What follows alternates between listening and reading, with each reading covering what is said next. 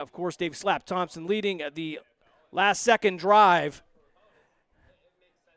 to put the Cobras up by a score of 17-14. And, Coach, a game of mistakes, kind of one of those things we thought it was going to be. Whoever had the ball last was going to win. Certainly that's exactly what it became. Yeah, it seems the scenario with those guys 2 years in a row. Last drive, last few seconds, and they go down and score. But it was a hard-fought game, a lot of mistakes. And, you know, they just got to button that up. Before we got on the air, I was walking down with Andy Code, and we had a little bit of discussion about last week. Glad to see he's able to play.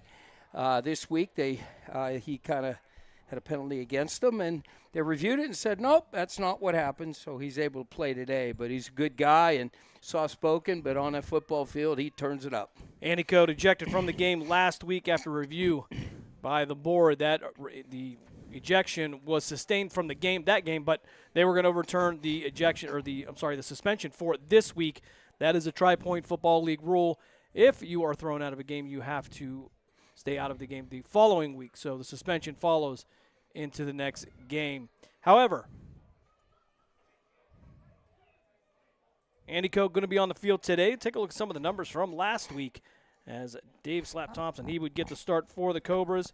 He would go 8 for 13, 406 yards and 1 interception. But again, he would leave that last-minute drive with 35 seconds left to put the Cobras up by a score of 17-14. Also, last week, T.J. Johnson, 8 carries for 44 yards, averaged just over 5 yards a carry. However, we were informed this week that T.J. had an injury that required some surgery, so it looks like he's going to be out for the season. So an unfortunate loss for the Cleveland Cobras, as he is one of the trio of running backs that the Cobras use and did a great job last week. However, he will be on the sideline for the rest of 2024. Also, Slap Thompson, 4 carries for 20 yards, and Malik Gaddy, 3 carries for 18 yards. Receiving, it was Matt Wise. He would have 3 catches for the 26 yards.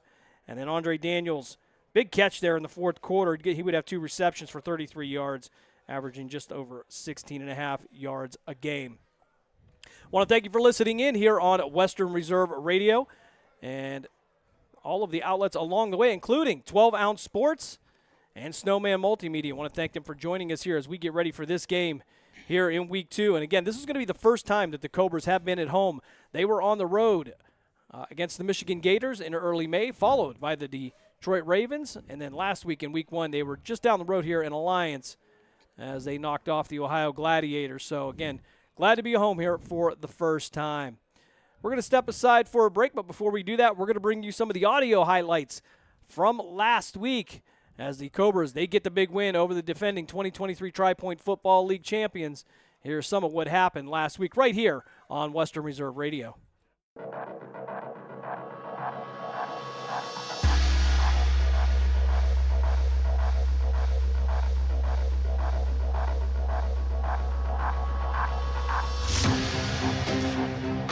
And we welcome you to Duke Stadium here on the campus of Marlington High School as Western Reserve Radio and the iMedia One Network are proud to bring to you Cleveland Cobras football here on this beautiful Saturday afternoon. The Cobras, they make the trip from Cuyahoga County to Alliance, Ohio to take on the defending 2023 Tri-Point Football League champions, the Ohio Gladiators. Benson will be to the right of Taylor in the shotgun. Taylor back to pass. Looking to work upfield under pressure, fires over the middle, and it's going to be intercepted at the 3-yard line, brought back to the 15, and knocked down at the 20-yard line. And Cleveland, after a shaky start on defense, will take over 1st and 10 at their own 20-yard line. Thompson in the shotgun, twin receivers to the near side, actually twin receivers to both sides now. Abe Taylor will be the slot to the far side. Thompson with the hard count again. They'll get him, Genie off the right side. He's going to be hit. Ball's going to come loose on the ground. And it's going to be covered up by the Gladiators. And that's going to be a turnover for Cleveland. So twin receivers to the near side, single receiver to the far side for the Gladiators. They'll mark the ball with the 11. Taylor back to pass over the middle. It was caught, but was it caught in the end zone? And they're going to say touchdown. Gladiators. That's going to be a 15-yard touchdown pass from Taylor. Punt team, make sure he's got 11. Anthony Spooney's back for the Gladiators. Post up right around his own 46-yard line. So they're expecting a 55-yard punt from where he's standing on the goal line. Scouting Ben Lyons, you know he can boot him. Good snap. Decent snap. Now it's going to roll back into the end zone. And Lyons is going to let this one roll out of the back of the end zone. It's going to be a safety. Gladiators going to take an 8-0 lead with 7:39 left here, second quarter. 5:30 left here, second quarter. Call it 18 maybe. We'll approximate as Taylor pulling a shotgun, one receiver to each side. Taylor back to pass, looking downfield, pump fakes, under pressure, and he's going to be brought down. Ball's loose, picked up by the Cobras, and it's going to be returned to the end zone. 52 yards for the Cleveland touchdown. If it stands, we have a flag on the play, a helmet on the field. Taylor in the shotgun, twin receivers to each side. Taylor plants his feet, fires over the middle.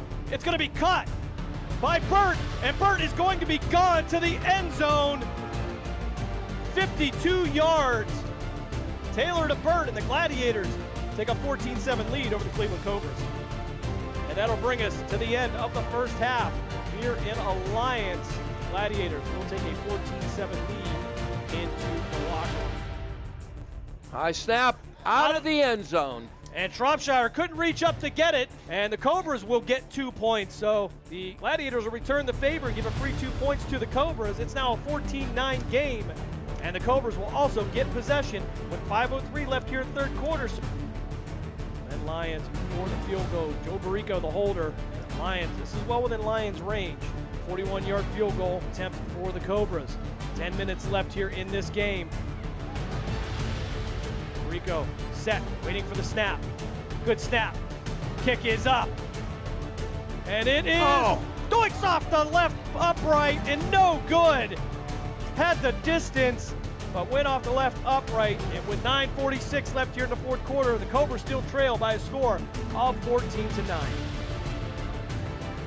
2:25 left here, fourth quarter. First and 10 from the Gladiator 41-yard line. 3 timeouts left for the Cobras. They trail by a score of 14-9. With the signal for the clock to start. 2-minute warning coming up here in just about 15 seconds. Twin receivers to the near side. Only one corner here. We'll see if Thompson sees that. Ball onto turf. And it's going to be covered up by the Gladiators with 2:04 left here in this game. And this drive will stall out. Cobras do have 3 timeouts, but they're going to have to make them work, and they have to be efficient with it. Unless they make a huge mistake, 2:04, they could probably run the clock out. Single receiver to the near side. That'll be Monte Neal Asher. Taylor in the shotgun. Running backs to each side. Ball on the ground, picked up by the Cobras. Cleveland gets the ball back. Wow. So, again, the Gladiators take it away and they give it. It's kind of a reversed order there, Coach. Into the backfield to the left of Thompson. One receiver to each side. Calhoun, the tailback. Thompson in the shotgun. They need 2 yards. Handoff to Impachino. Actually, he's going to hold it himself past the 5, inside the 5, and down to the 3-yard line. First and goal for the Cobras. 46 seconds left. The clock will stop. First and goal. I believe the ball is going to be marked at the 3-yard line, as we can tell from our angle. Pistol formation again. Emma Calhoun still the tailback. One receiver to each side. Thompson waiting for the snap. Hard count. He'll hand it off. He'll pull it himself this time on the option. Into the end zone. Touchdown, Cleveland. 35 seconds left in the game. And Slap Thompson executes the drive again to take the lead here in the fourth quarter. It's a 15-14 lead. So I believe Danny's collecting now. Yes. Back quarterback. High snap into the end zone. Get out. Danny is going to be That's a tagged out of safety. the end zone. A safety, the second safety of the night for the Cobras. They're going to get the ball back with 26 seconds left, and the Cobras will go on to win this They one. did it again. It's 17-14 for the coach, Bob Gessler. For Dave Ferris and Jim Craven, thanks for joining us tonight here at Duke Stadium in Marlington. Your score one last time. The Cleveland Cobras, they start 1-0 on the 2024 campaign. They get the 17-14 win over the Ohio Gladiators. During the fall and winter, grilling season never ends, and Gessler Propane is your local supplier that makes sure you get your hard-earned money's worth. Why go to gas exchanges to pay higher prices for tanks not filled to capacity? Gessler Propane makes sure you're prepared for year-round grilling with 100% filled tanks at a reasonable cost. See Bob Monday through Friday, 10 to 4, and Saturday, 9 to 3 at Gessler Propane, 702 Youngstown Poland Road, Struthers, or call 330-755-9119. Gessler Propane. They got gas. Mahoning Valley's leader for golf, Milk Creek Golf Course, is now booking tee times for 2024. We offer stay and play opportunities available with 9 area hotel partners. For more information, visit our website at millcreekmetroparks.org. Also, look for new, exciting opportunities coming soon, including an indoor player development center with Trackman, an indoor Callaway Club fitting center, and an Odyssey fitting studio in 2024. Follow us on Facebook at Milk Creek Golf Course or call 330-740-7112. Lena's Pierogi House is your home for the area's best variety of pierogies. Daily specials include the Polish platter, the Hungarian platter, stuffed cabbage, and halushki. Having a last-minute get-together? Lena's has you covered with a wide variety of frozen take-home pierogies and dumplings. Go to Facebook at Lena's Pierogi House to see the weekly lineup of available flavors for dine-in or carry-out. Catch the best at Lena's Monday from 10 a.m. to 4 p.m. and Tuesday through Friday from 10 a.m. to 8 p.m. 20 North Main Street in Hubbard, or call 234-254-8532. Located in Applewood Estates in Boardman Township, the Applewood Swim and Tennis Club offers a pleasant family environment. Choose a membership that meets your needs and enjoy a relaxing venue that includes not only swimming for the family, but also youth activities such as competitive swimming, tennis, and more. Enjoy the friendly atmosphere all summer long with the staff and members of the Applewood Swim and Tennis Club. For more information, go to applewoodswimandtennis.com or call 330-953-2833. Yo, what's going on, guys? This is Tyree Knight, number 2 of the Cleveland Cobras, and you're listening to the Tri-Point Football League on Western Reserve Radio and the iMedia One Network. Go Cobras.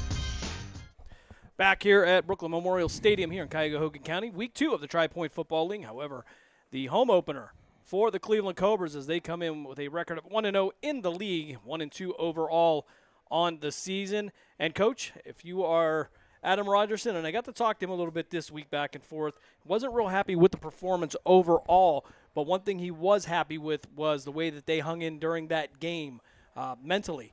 They kind of stuck it out, played tough, and got their opportunities at the end and got the win, but there were a lot of things they could have done better. Well, again, just mistake after mistake after mistake, jumping, fumbles. Really, we've been talking about this since day one and said, they really got to button up the ship. So they really got to get into some drills, whatever practice they can, and make them these running backs hold on to the ball, and same way with receivers. So a lot of drop balls as well, not good. But, again, as the season progresses, this is what they have to do. They got to sharpen up. All right, we talked about the injuries earlier, starting with T.J. Johnson. Again, had surgery this week on his ankle. He will be out for 2024. Terrell Lively, safety for the Cobras, on crutches as well. So Cam Scott is scheduled to go to safety. Malik Gaddy and Emmett Calhoun will take the bulk of the carries for the Cobras. Jeff Empaccini will be in there as well. Of course, Empaccini with the fumble earlier in the game last week. Again, one of those things that frustrated Coach Adam Rogerson. But, again, the offensive line had a relatively good day. Some things that they could have cleaned up, had a few injuries. Guys were missing. Though a couple of those are going to be back this week. But overall, not a bad grade for that offensive line. No, I think they did fairly well as far as that goes. I mean, it took them a while to get to figure out the defense because Slap was getting some pressure early. But then once again, they figured it out. They were opening the holes. And then coming down the stretch, there were times that I thought that Slap handed it off, and he held it to the last second on his option or his zone read and took it. And we both were like, we didn't realize he had the ball. So he does a great job at quarterback. And as long as they keep the mistakes down, and do what they got to do, they should come out of here ahead. Talk about the read option. In the last 35 seconds, he runs that inside the 10-yard line. They get into the end zone. Hard to defend when you run it like that. You wait, and you either pull it or give it at that very last second. And he's really done a Houdini's job, so to speak, with that ball. Yeah, when you're a defensive guy or defensive coordinator and you see a quarterback doing that, you're looking for the ball. And it's basically, if they're that tight, don't pick one. Grab them both. That's the only thing you could do when it's something like that. So defensively, we talked about Andy Code being ejected from the game last week, was scheduled to be suspended here in week 2. However, that was overturned during the week, and you don't want to lose an Andy Code up front. High motor, had 5 tackles last week, but there was a guy that was in there we didn't have. Is that we had the incorrect number on our roster, and we want to apologize for that because Cam Wells signed with the Cleveland Cobras last week early, and he was a monster on that defensive line. High motor, broke that first line and was chasing down Taylor from behind from the Ohio Gladiators. Yeah, he was kind of all over the field. He kept beating his guy on the outside and inside, and I'll tell you what, he did an outstanding job. He'd get him to lean outside, and then he'd swim inside, and he still was able to contain that quarterback and get to him. Yeah, also notably last week, Cam McCauley with 4 tackles, as well as Marquise Hodge with 4. And the Cleveland offense doing a pretty good job there. The first series, they're a little bit loose there. Had some trouble, however, got an interception down into the end zone. It was one of the things for that defense where they would bend but not break for the most part. Yes, and we live by that one. We don't care how many yards you get, as long as they don't cross that one that says 0 on it. That's all that I ever cared about. Coach Noble will tell you, hey, run all over us, have the yardage, but it all counts on the scoreboard of what it says at the end of the game. Yeah, philosophy where you can have anything between the 20s you want. Getting into the red zone is where you had to become solid, and the Cobras did do that. They gave up a touchdown pass in the red zone last week, but that was pretty much going to be the end of the Gladiators offense for the most part. Defensively, the Cobras, though, as we jump around here back and forth, Kevin Green with a 52-yard big man run to the end zone on a fumble recovery. And when you have a defense like that, it really helps the offense kind of loosen up. You open up the playbook a little bit, and you feel a lot more comfortable that you have that backing you up. What's nice is, look what I found. I mean, he just had me the right place at the right time. And to run that far with it, and I bet you he was thinking, go, come on, legs, go. But he got there. We were a little nervous, and he started slowing down when he got about the 5-yard line, and I thought, oh, don't fall. Please, just don't fall. And certainly a big play for the Cobras. I think that changed the momentum a little bit as they were struggling early in that first quarter. But it was a switch of momentum back and forth there during the game. And we have to talk most notably about the fourth quarter. The Cobras have the ball. They're on the drive. They fumble with just over 2 minutes to go. The Gladiators have the ball. All they got to do is run it out, Coach. Read option, though. Ball hits the turf, and then things switch very quickly. You know what? And that would be something that I used to hear from my guy on defense. What are you doing that? Hand the ball off. Don't pitch the ball. What are you throwing the ball for? So sometimes as an offensive coordinator, we see things and maybe it ain't right. But again, offensively, it's more difficult to try to get things going and moving with, the defense guys. Get quarterback. Come on. I mean, how difficult can that be?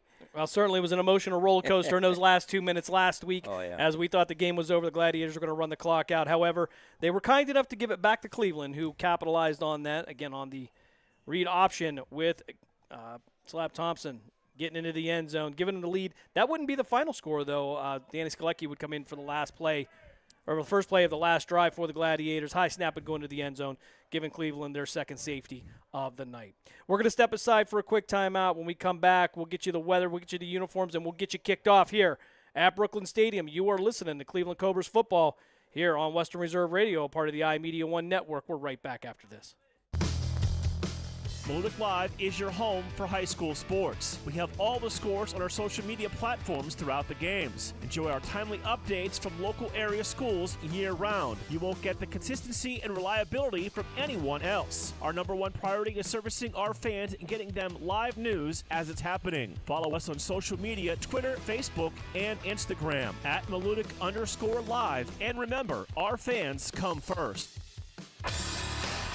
Professional, fast, highly knowledgeable, easy to work with. These are real reviews by customers of Sandrock Concrete. For all your concrete block, brick, stone, stonework, and excavating needs, call Jerry Sandrock. For your free estimate at 330-506-0013. Sandrock Concrete is fully insured and ready to make your ideas a reality. Sandrock Concrete is a proud supporter and sponsor of Mahoning Valley High School football on Western Reserve Radio. WWE superstar Alberto Del Rio, take one. Behold the angry giant. Try it again, Alberto. Behold the angry giant. Perfect. Good luck tonight. Behold the angry giant. Yay! Read me another one, Dad. This is WWE superstar Alberto Del Rio. It only takes a moment to make a moment. Take time to be a dad today.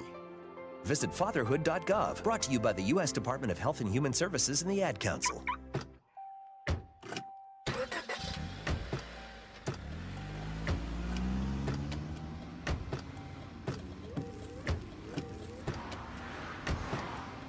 Driving has a rhythm all its own.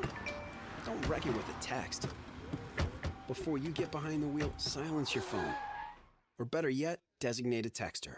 For more text-free driving tips, visit stoptextstoprex.org. Brought to you by the Ad Council and the National Highway Traffic Safety Administration.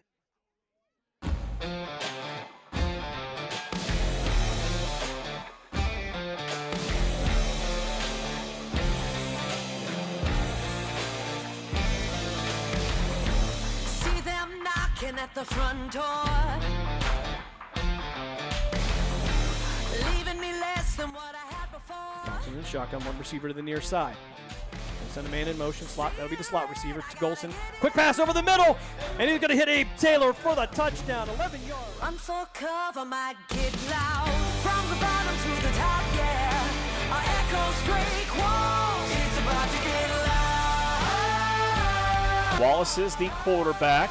Johnson is the tailback to his left. 4th down and just about 5. Wallace back to pass. Offensive line gives him time. Going to take a deep shot. Has a man wide open in the end zone for the touchdown. Sweat and blood, don't let your guard down. He'll try a 31-yard field goal. Steve Anthony on the snap, and Townsend will be the holder. Snap is back, kick is up, and it is good. So with 2:25 left here in the fourth quarter.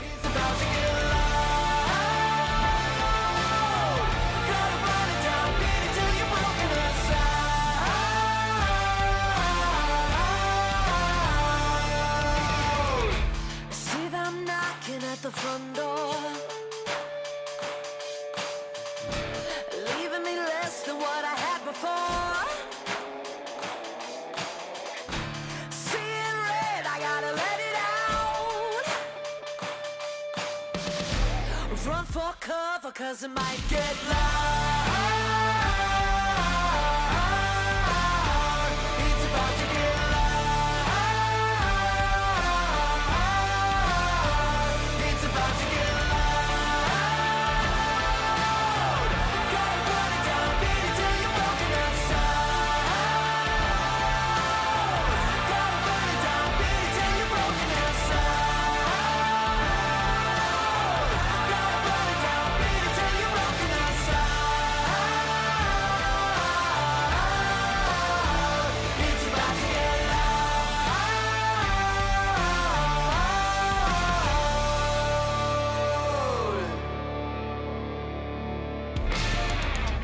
And we welcome you to Brooklyn Stadium here in Cuyahoga County's Western Reserve Radio and the iMedia One Network are proud to bring you to you the Cleveland Cobras Broadcast Network. Want to thank our friends over at 12 Ounce Sports as well as Snowman Multimedia for picking up the game today. So we're being seen from pretty much around the world, and everybody joining in here is the Cobras go for 2 in a row. They host the Port City Spartans today. And the Port City Spartans with a little bit of a controversial game last week. That one ended late in the third quarter, Coach, for a variety of reasons. I really didn't get an explanation of what was going to be a result of that game. However, at that time, the Columbus Fire were up over the Port City Spartans by a score of 8-0. So the Port City Spartans more or less looking for their first win of the season, as the Spartans will receive to start this game, and Cleveland will kick off.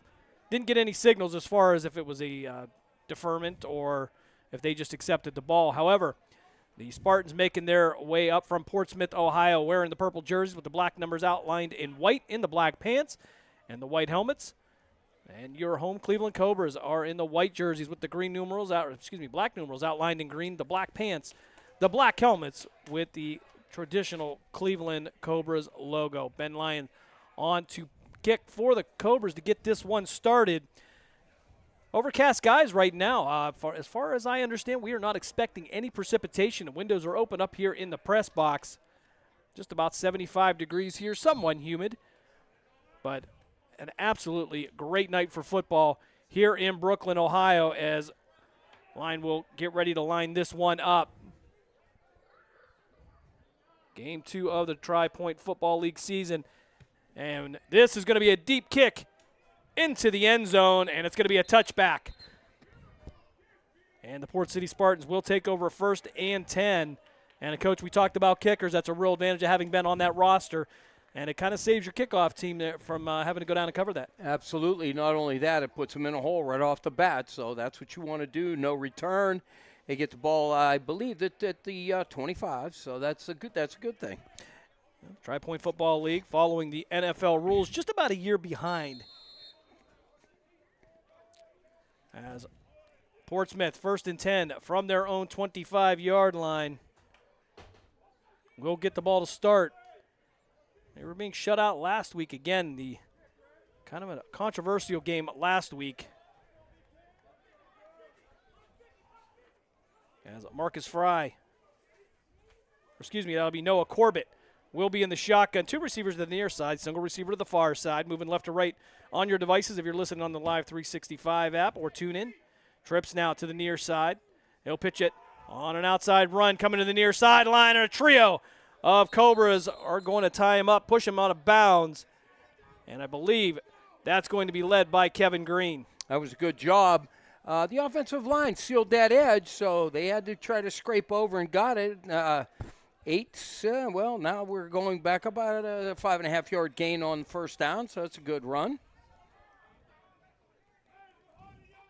So 2nd and 5 for Portsmouth. Didn't look like they got as much, but they did get out towards the sideline. Went out at the Cobra bench. 2nd down for Portsmouth. And we'll call them 0-0 on the season after no official call from last week. Cleveland 1-0. That's Corbett now with twin receivers to each side. He'll send a man in motion from right to left.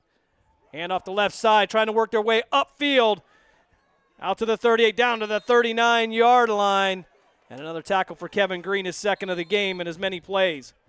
And they're going to say that's going to be enough for a 1st down as Green will hobble his way to the sideline to shake something off. Yeah, number 27, Cravens, he did a good job on that one. He went to the inside, saw it open up to the right side coming towards us, and he planted his foot, came to the outside.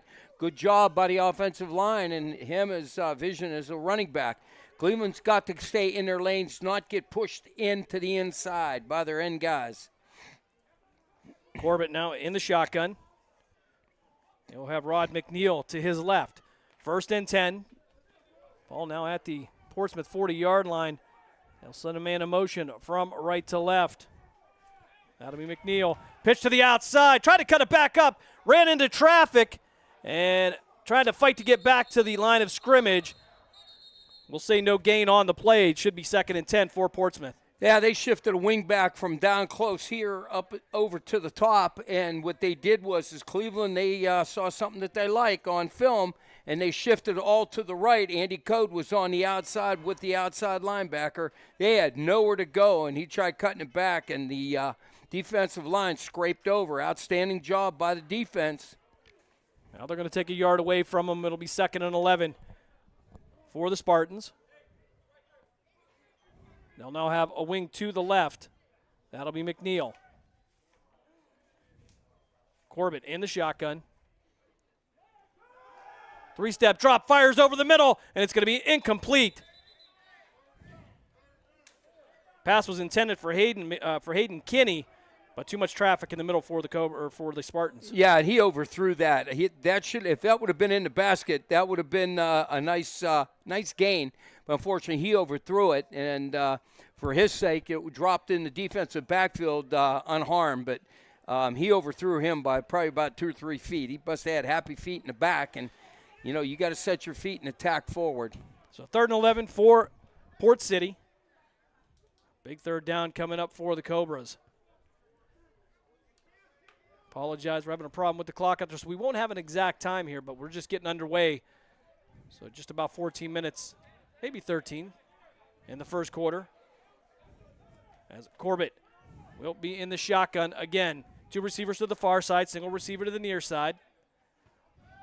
Corbett fires out to his left. That's going to be caught at the 47-yard line, going to be short of a first down. Decision time for Port City. Yeah, on the catch, it looked like he stepped out of bounds, so he's about 3 yards short of the first down. So we'll see what they do here. Looks like they are going to go for it. So a little confusion over on Port City's side as they'll send a man on late. That'll be Carson Clark, listed as a defensive back. Double duty. Port City in a huddle as if they're going to go for it. Ball at the 47-yard line on the negative side of the field for the Spartans. No score here if you're just joining us. And again, we apologize. Our scoreboard is down. But we'll be able to give you the scores. They'll go 1 receiver to each side. I formation. Corbett under center. Don't see this very often at this level. Hard count. We're going to have some movement. And it looks like that's going to be a false start against Port City. And I would think that that's going to change your decision on going for it. Yeah, that was great. The linebacker came up just enough to the back end of the heels of the front guys, and that caused the looked like either guard or tackle to jump, and that's what you got to do. So you see Noah Corbett trying the hard count, much like Dave Thompson does for the Cobras, but it's going to work against them this time, so it'll be 3rd and 16 for the Spartans as they will get ready to punt this one away. I believe it's going to be Mike Dawkins doing the punting duties for Portsmouth. Cam McCauley back to return for the Cobras. McCauley will post up right around the 24-yard line. High snap, going to go over the head of the punter. Roll past the 20, 15, and they're going to fall on it, and it's going to be picked up by the Cobras inside the 10, down to the 9-yard line, and the Cleveland Cobra offense will start 1st and goal at the Port City 9-yard line. Yeah, Quentin Wells, he kept following it. Looked like he got to it and dove on it. We talked about Quentin Wells and Cam Wells in pregame, and they have paid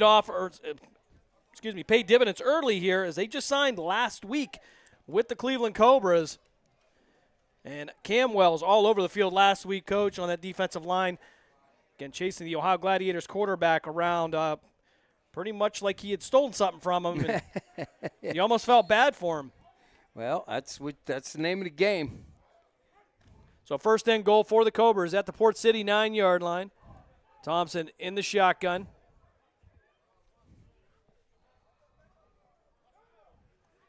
They'll hand this one up the middle. Past the 5.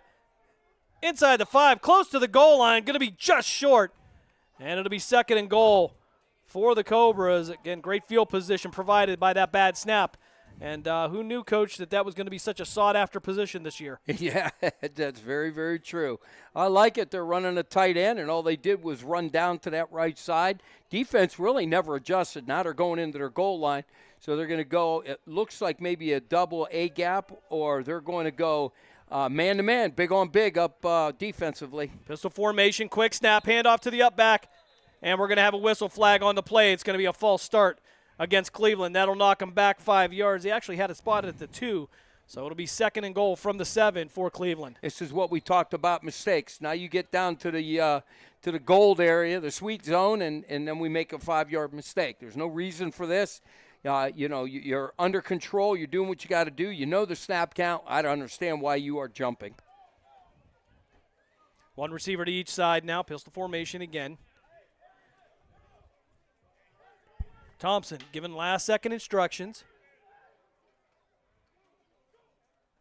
They'll hand this one off to the tailback off the right side, headed towards the end zone, and brought down at the 1-yard line. And it's going to be 3rd and goal for Cleveland. Again, beautiful job up front. All they're doing is hey, they want to go big on big. Those guys actually walled down, kicked out, left the opening up there. And that was a game-saving tackle because he just got to him. So 3rd and goal from the 1-yard line. Pistol formation again. Thompson with the handoff, going to have a whistle. Somebody came across the line from Port City. We'll see if it's going to be an encroachment. And indeed it will be. Half the distance of 1 yard, Coach. You're only looking at a half a yard on that penalty, but nonetheless. That's okay. I'll take a half yard every time. That's all right. For Cleveland, I'm sure they would have rather he didn't call. It looked like he was going in the end zone. Here's the difference between me and old school. They're taking snap 7 yards back. I'm going to be under center. Snap, go over there, tap the quarterback or the center, silent count, walk in. Gaddy now the tailback. He'll be behind Thompson. Third and goal. Thompson with the hard count. Hand it off to the up back. He'll fight around, trying to get into the end zone, driving the legs, and he's going to be short by inches. It's going to be 4th and goal for Cleveland. And for Port City, that penalty actually worked out for him because it looked like Gaddy was going in the end zone on 3rd down. Yeah, that's, again, this is what we mean about mistakes. So this 4-down territory. Now this is where you can put your quarterback under center and you push. Worst case scenario, Port City will take over at the half-yard line. Right. But this is what I mean about old school and now. You got near that goal line, quarterback's underneath center. And again, now you're 7 yards off the ball. Get up underneath and run it. First quarter action now. Thompson will be back in the pistol. He'll take it himself right into the end zone for the Cleveland touchdown. Cobras take a 6-0 lead here in the first quarter. That's a great job. He saw inside was blocked off, so all he did was step a hole over, a little bit outside off tackle, and he was able to get right in and get over top. So that's a good job. We'll say it's a 1-yard run by Thompson, although it was marked at the half-yard line after the penalty. Yeah, we'll give him one, Jim. That's good work. We'll give him the whole thing. Yes. Ben Lyon will come in for the extra point, Barico to hold. And Dave Thompson actually going to snap. Looked like Cleveland was looking for one more player as well. One guy on, one guy off. Yeah, you needed one. You had 10 out there. So it looks like Jordan Crum's going to come in for the Cobras. He'll move to the left end. Lyon now lining up. Lions for the conversion. Snap is back. Kick is up. And it's good. So first quarter action here. Cleveland takes advantage of an errant punt snap. They get into the end zone on a 1-yard run by Dave Thompson. They take a 7-0 lead. We're going to step aside for a timeout. You're listening to the Cleveland Cobras Broadcast Network here on Western Reserve Radio. We're back after this. During the fall and winter, grilling season never ends, and Gessler Propane is your local supplier that makes sure you get your hard-earned money's worth. Why go to gas exchanges to pay higher prices for tanks not filled to capacity? Gessler Propane makes sure you're prepared for year-round grilling with 100% filled tanks at a reasonable cost. See Bob Monday through Friday, 10 to 4, and Saturday, 9 to 3 at Gessler Propane, 702 Youngstown Poland Road, Struthers, or call 330-755-9119. Gessler Propane. They got gas.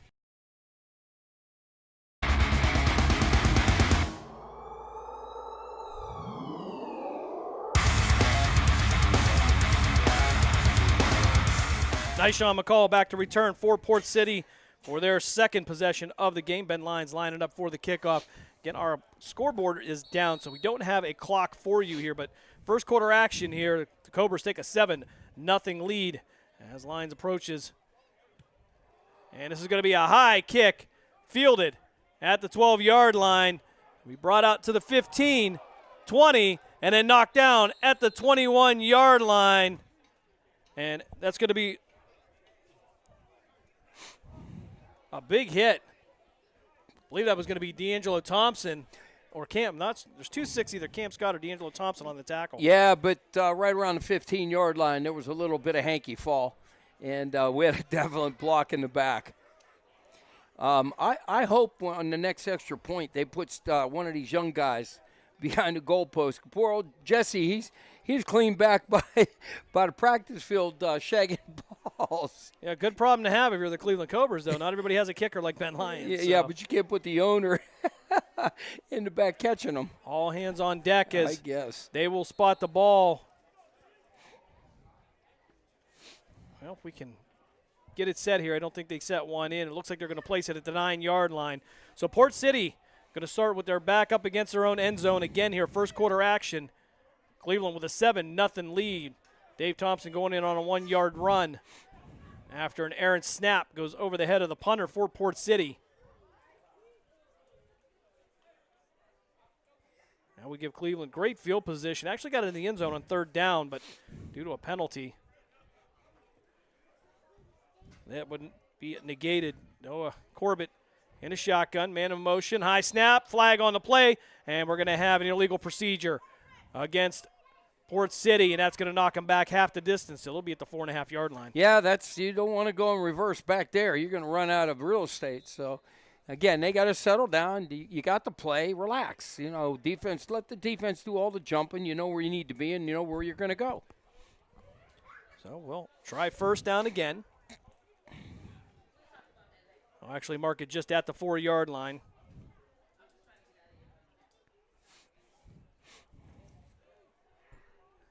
Corbett now in the shotgun. You'll have Uriah Carvins next to him on the left. 2 receivers to the near side. Corbett going to send a man in motion from left to right. Quick pass out to the left, and it's going to be knocked away. There was some contact, but I think Kev Fortson had great coverage on it, and it's going to bring up 2nd down for Port City. I tell you what, Jim, I believe that was good coverage. I mean, he was on his hip. I didn't see him with his left arm around him, and he reached around there and tipped the ball. I got to say that from my standpoint, it was a great job by that corner coming across. So 2nd down now from the 4-yard line. Generous spot. Well, they could even get him the 4 or the 5, and not about the 4.5. So, well, from our angle, it looks like it's the 5, but it's right behind that official's heel. Overcast skies here in Brooklyn.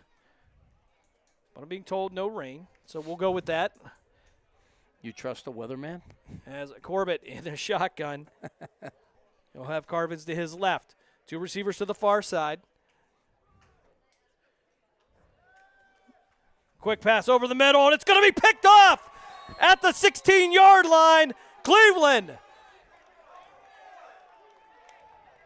gets the ball. And I believe that's going to be Todd Mitchell on the interception, the linebacker for the Cobras. I'll tell you what, Jim, he laid out on that one. That was sweet. That was a nice. Well, there's 2 number 1s. The other one's a tight end and a Brill Taylor. So I don't know if Abe would lay out like that, but it sure looked like Todd did. And that's going to bring up 1st and 10 at the 16-yard line on the Port City side of the field. We need a replay on that so we could see that, Jim. So the Cleveland offense setting up here twice in great field position. Dave just got excited when I said that.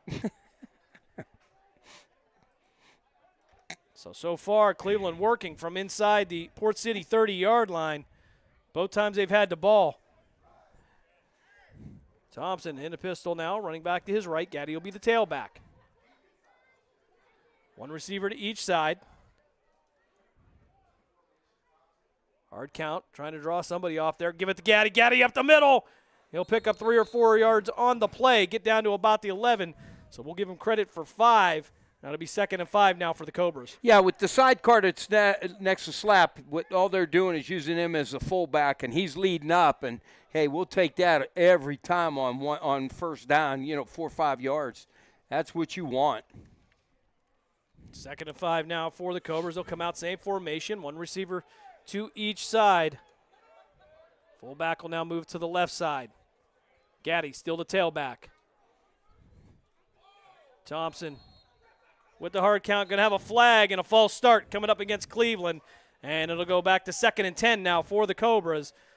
So they get 5 and take away 5. Boy, as a line coach, that wouldn't be good. They wouldn't want to go to our sidelines because that's just ridiculous. Come on, guys, you know the snap. You don't listen to the quarterback. If you have to, look at the ball. So D'Angelo Thompson, a receiver to the far side. Keyshawn Baycoat to the near side. Thompson waiting for the snap. Gaddy the tailback. He'll give it to Gaddy off the left side. Past the 10, he'll leap 1 defender, get inside the 5, and be brought down around the 3-yard line. And that's going to set up should be a first and goal for the Cobras. As we have a Cobra getting up a little bit slow. Look like DeAndre Carr going to be shaking up a little, but he's going to get to the sideline on his own. And the Cobras first and goal now. And they're going to say the 3-yard line. So the Cobras working with great field position early here, taking advantage of it. I like how they're running it. They basically running like they're running a fullback out of the shotgun, and I like it. And it's opening holes and it's pounding on them, and I like that. That's what you need to do. Malik Gaddy off that left side, hit it quick. As they'll go back to the same formation. Receivers to each side.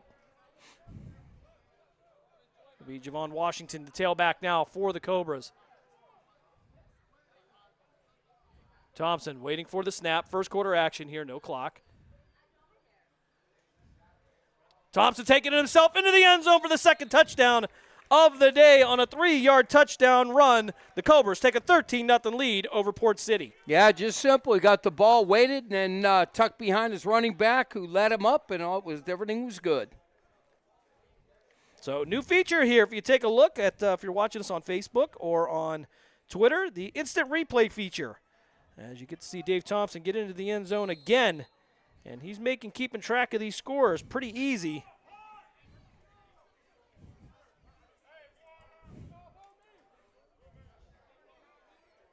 Ben Lyons on for the extra point.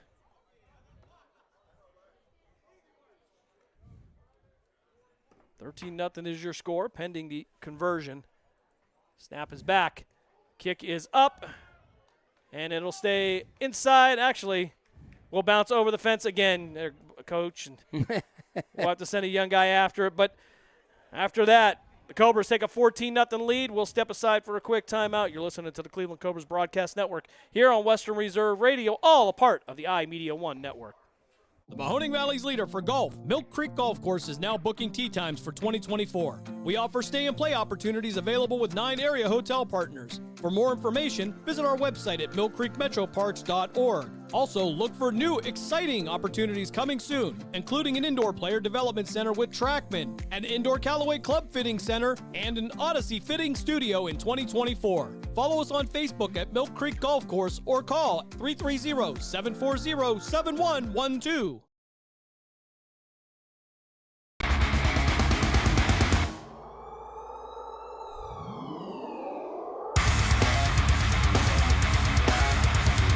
First quarter action here. Cleveland takes a 14-0 lead on 2 Dave Thompson touchdowns. As the Port City Spartans look to get off their end of the field, Nyshawn McCall back to return for Port City as Lyons approaches the ball. And this one's going to go towards the sideline. Takes a Cleveland bounce inside the 10. Still live at the 5. Picked up inside the 5. And they're going to run down the goal line. And it's going to be Gaddy that tackles him in the end zone. Are they going to call it a safety or are they going to give him the forward progress? And indeed, they say safety, and that will be the 3rd safety in 2 weeks for the Cleveland Cobras. They have a 16-0 lead, and Coach, I would have to say, bad football IQ on that one, running down the goal line. Well, what he did was he should have taken it upfield, and his guys up on top were signaling him to go. To get there, he had to run around a Cobra, and unfortunately, there were Cobras there and was able to sack him inside. Well, actually, it looks like they're going to change the call here, Coach. I heard Coach Adam Rogerson call for the defense, but the ball will be placed at the 1-yard line, and Port City dangerously in position to have the same result for the safety. I watched him. He got hit in the blue and was brought down. That's not a good call. That's a bad call. Oh, we'll have to take a look at the instant replay someday. And, again, new feature here. So we'll work through that here. We try to bring you a little something every week. And next week might be something exciting as well. When you get Dave and Jim together, that's a scary thing. I just want to tell you. You never know, especially me who is not technical savvy. He stands there and goes, yeah, whatever. And they come up with stuff, and it's like, oh, yeah, okay. So first down and 10 for Port City at their own 1-yard line. Cobras with a 14-0 lead. Thought it was going to be 16-0, but after further discussion by the officials, they're going to give them the forward progress. And some confusion on the Port City side of the ball.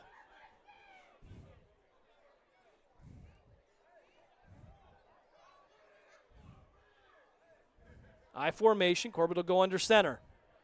Actually going to be a stack formation there, Coach. They'll shift the back over the guard. Handoff, and he'll get out of the end zone, pick up a yard, maybe 2, and that'll be about it. It'll be second down for Port City. Well, that was a good job. All he did was run straight at him, so they gave him the ball in looks like 3.5, maybe 4-yard down. So it looks like we either got a timeout or the end of the quarter. Not sure which one.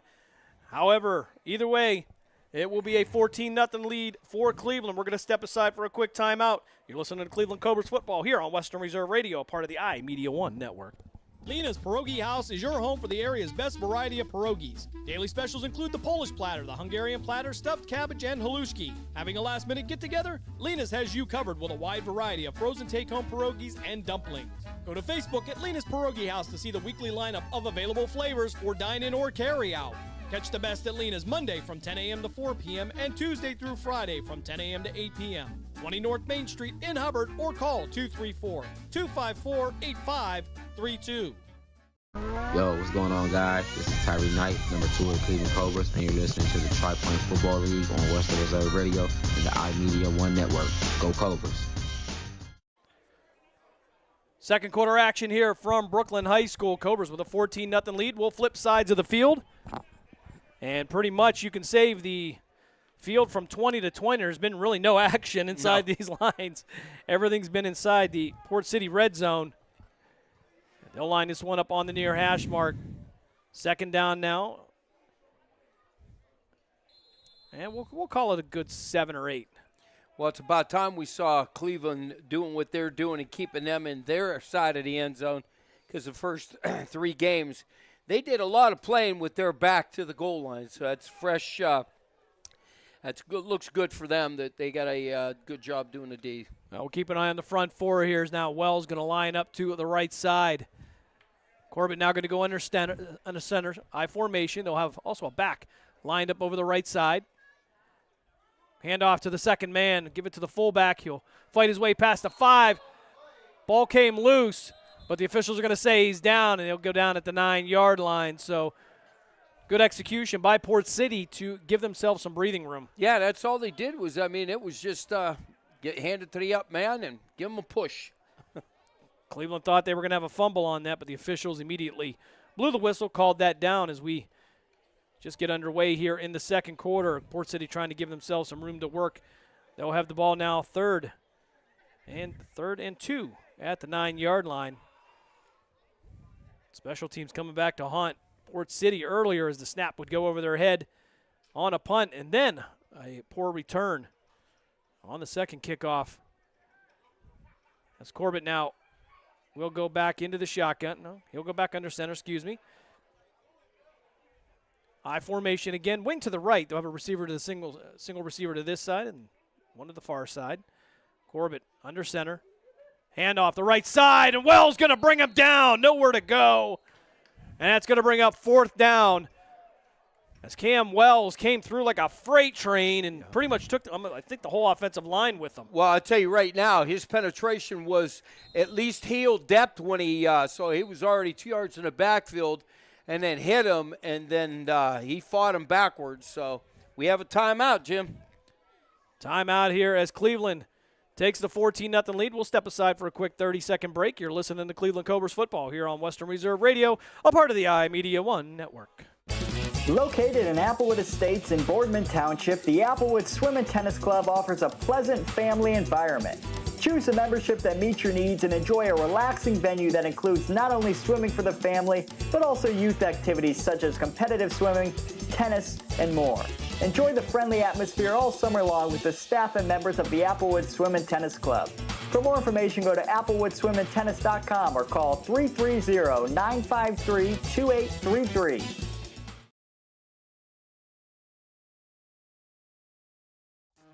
This is number 56, Antoine Peterson, known as Tony Sweets. You're listening to Cleveland Cobras football on iMedia One Network.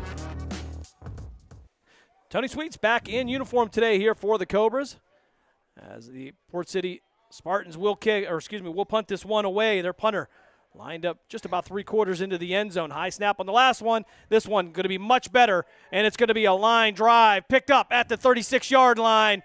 It'll be brought out to the 30, 25, 20, cuts back in past the 15 and down near the 12-yard line, and the Cobras will start inside the Port City 15-yard line again. Yes, that was a nice job. What do we got? And I'm Far told there's side. a flag on the far side. I'm going to assume this is going to be an illegal block. So if that's the case, it may be the first time the Cobras start outside the 20-yard line. Yeah, he was the official on that side was pointing. From what I can understand down here, illegal block in the back by the Cobras. So that will set the ball back at the 35-yard line. In the scheme of things, not really a bad deal. No, they've played everything on their side of the 40. So we'll take that. So for the first time today, the Cobras will have to go 30 yards towards the end zone. What a great problem to have there. Yeah, I was going to say, take that all day. Again, we apologize. The scoreboard does not have the clock up there, so we don't know how much time is left. However, we are in the second quarter here. Cleveland taking the 14-0 lead in the first frame.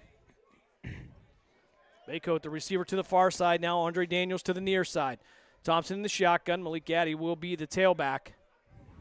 They'll be in a pistol formation, fullback to the right of Thompson. No safety for Port City, as they'll have a guy back out now right around the 25-yard line. Thompson waiting for the snap. Down the sideline, looking for a receiver, looking for Daniels, and overthrew just barely. Some contact there, no call, but not a bad read there. And good coverage by the Port City secondary. I'll tell you what, though, he had a half a step on him. I would have liked to have seen him drop that in there, but good throw, good play, just probably about a yard overthrow. But that's what you want. He had one-on-one coverage here. We had one-on-one coverage up on top. But with no safety, they got to look for that tight end. A little bit of jam and then release. 2nd and 10 for the Cobras now. Daniels, the near side receiver. Baycoat to the far side. Pistol formation. Gaddy will remain the tailback. Thompson waiting for the snap. A little bit of a higher safety this time. This time they'll hand it up to the up back, and he's going to be hitting the backfield. Going to lose a couple yards on the play. And it'll bring up 3rd and 12 for the Cobras. Flat out, that was a missed block up on top. He got a little bit of Olay there, and he didn't move his feet. And can't have that. We want to go forward. We've now lost some yardage here. I believe that might be the first negative play of the day for the Cobras. Absolutely. So, again, not a lot to complain about, but you look for consistency. After last week, they get the win, but you're looking for those consistently good plays. In the first quarter and a half, we'll say now. I mean, still, they've now cut their mistakes down, but you don't want to be in this position and to go backwards. Got 3rd and probably we'll call it 12, but we're on this side, so I'm sure it'll be two down territory. D'Angelo Thompson, a receiver to the near side now. Baycoat to the far side. 3rd and 12 for the Cobras. Thompson. Back to pass, fires over the center. It's going to be knocked away by Port City. And an outstanding play by Larry West for the Spartans. That'll bring up 4th down for the Cobras. Yeah, the timing was really good on that. It was a great defensive play, but I think they knew it was coming. Again, that's got to be a little bit quicker. Don't run to them. He needs to take a step and slant it out there quicker. And I think he would have gotten a little bit ahead of him, but he's running him down the field and then trying to break. He's just not good enough. Thompson will bring the play in from the sideline. They'll go forward on 4th down, Coach. Really not a big deal here. That's probably an easy decision. As it'll be 4th and 12 for Cleveland. Cobras up by a score, 14-0. Dave Thompson getting into the end zone twice on 2 short runs of 1 and 3 yards respectively. T formation now. Actually, they'll send Gaddy to the twin side here, to our near side. Thompson in the shotgun. One back to his left. Single receiver to the far side. High snap, going to go through the hands of Dave Thompson, and it's going to be still loose and covered up by Port City inside the 40-yard line at the 37, and Cleveland makes the first mistake of the day for the Cobras, and Port City will have the ball inside Cleveland territory. Yeah, those were one of those big mistakes, Jim. We can't have that. again, we lost so much yardage in them 4 downs, just not good. We have got to tighten it back up again. Let's think a little bit. Yeah, we're ahead, but we can't let this game slip through our fingers. That ball looked like it went right through Dave Thompson's hands. The snap was kind of high, but looked like it was very controllable. But nonetheless, Port City with the ball, 1st and 10 at the Cleveland 38-yard line. Second quarter action here from Brooklyn Stadium. The home opener for the Cobras. They've been on the road since the beginning of May. Yeah, got to feel good to come home. Just not the travel period. Yeah, I was just going to say, what did they had to do? Probably over 500 miles in 3 games. I mean, they were. Yeah, if not more. You Right. figure they went to Alliance, went to Michigan twice. So a lot of bus time there for the Cobras. But we always seem to enjoy those. Port City now checking with the risk coaches here. A little bit of confusion. Twin receivers to the near side. They'll also have a wing to the left. Carvins will be to the right of Corbett in the backfield. Corbett with the snap. He'll ride it in. Fires down the sidelines. Got a man open. Overthrows him into the end zone. 2nd and 10 for Port City, but a good look for the Spartans. Yeah, I can't get a number. What he did was he had great drop and kept going, and then he slowed down, and Portsmouth guy got behind him. And it just, he's got to stay with that. Force him to throw short. Don't get caught with getting burnt long. I believe that's going to be Mike Dawkins. That was the intended receiver for Port City. So 2nd and 10 for the Spartans. Ball still at the 38-yard line. First time in Cleveland territory for the Spartans in this game. And that, again, was due to a mistake. So Cleveland has got to clean it up. Corbett in the backfield. Again, Carvin's to his right. Twin receivers to the far side. They'll send a man in motion from right to left. They'll give it off to left side. Contact made in the backfield. Trying to get a number. And I believe that's going to be Quentin Wells on the tackle. And that will be the second Wells of the day that is causing havoc in the Port City backfield. I'll tell you what, Jim, one day he's going to go flying through there, and that quarterback's going to hand him the ball. It's that fast. I'll tell you what, he hands the ball off, and that running back is getting clobbered. So Cam Wells and Quentin Wells now on the defensive line for the Cobras. They've been an outstanding addition in that rotation. Brothers? And there are 3 of them. We have not seen the third one yet. Holy man. So the Wells family just pumping out the All-Stars here. Wells or Watts. We have to be careful of that. That could be the next generation from Watts to Wells. Watts to Wells. So Carvin's now to the right of Corbett. Twin receivers to the far side. He'll send a man in motion, left to right. 3-step drop, rolling out to his right, fires to the right sideline, and it's going to be caught. Is it inbounds? And they're going to say incomplete, an outstanding catch. But unfortunately, it's going to be out of bounds for Mike Dawkins. And that'll bring up 4th down for the Port City Spartans. Boy, I tell you what, you talk about 6 inches less, and he has his feet in. You could see that his feet ended up on the white sidelines.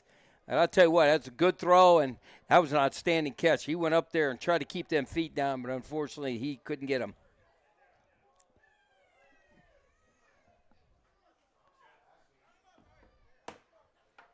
So 4th down for Port City.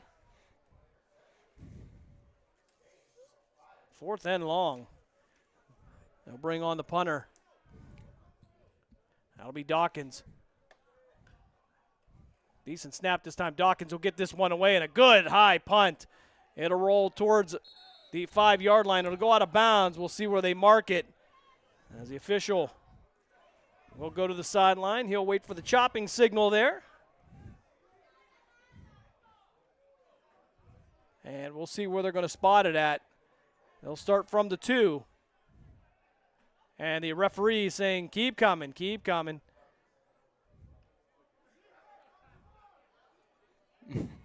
And he'll say right there. So they're going to mark this ball at the 14-yard line. So 1st and 10 for Cleveland.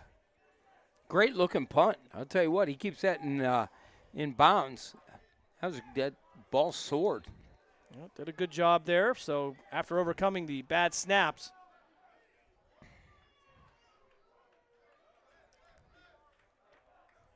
Cleveland now, again with one receiver to each side, pistol formation. We've seen more running from the Cobras this week as Thompson waits for the snap.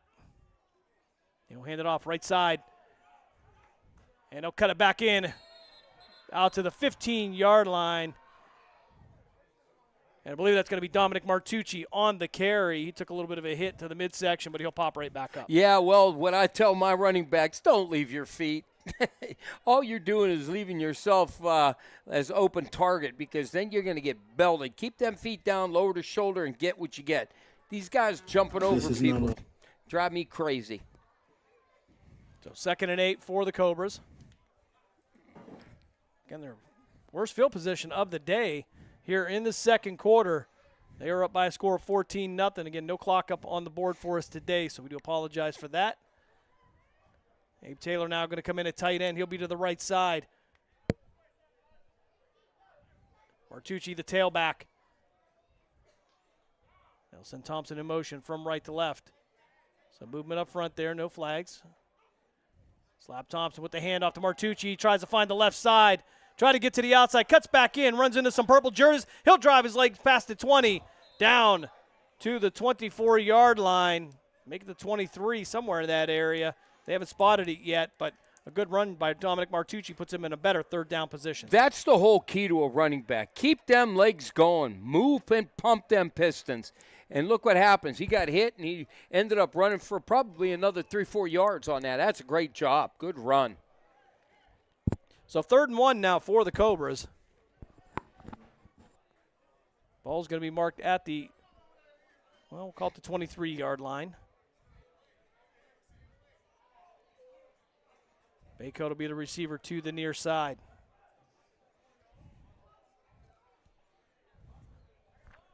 Thompson waiting for the snap. Javon Washington now the tailback. They'll give it to Washington off the right side. Following the block of Thompson, out to the 30, 35, going to be tripped up, knocked out at the 36-yard line. That'll be a first down for the Cobras. That's a great job, absolutely. Baycott did an unbelievable job on his guy. He got his hands inside, got his butt to the sidelines, and was driving him to the inside and was able to get around him. That's a great job. Keyshawn Baycoat with the block.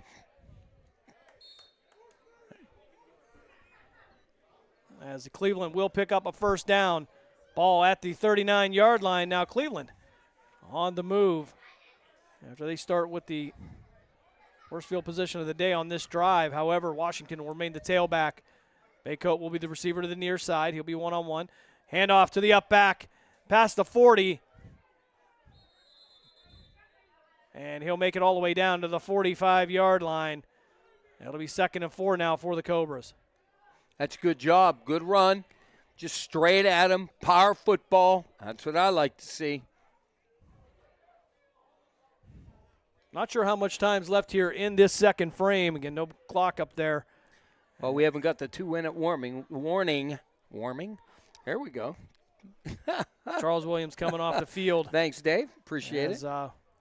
He's a little gimpy, but he'll walk that off. That's a big human being. That's a big boy. So Washington will remain the tailback. Twin receivers to the near side. D'Angelo Thompson and Baycoat, twin receivers. We'll have a tight end to the left side for Cleveland. Moving left to right on your devices if you're listening in on Live 365 or Tunein. If you're watching on Facebook or Twitter, thanks for joining us today. Good snap here, Reed. Thompson fires over the middle, and it's going to be thrown low, intended for Thompson, and that'll bring up 3rd down for the Cobras. You know what? I don't know why he rushed it. He had plenty of time to throw. He was cleared behind the linebacker.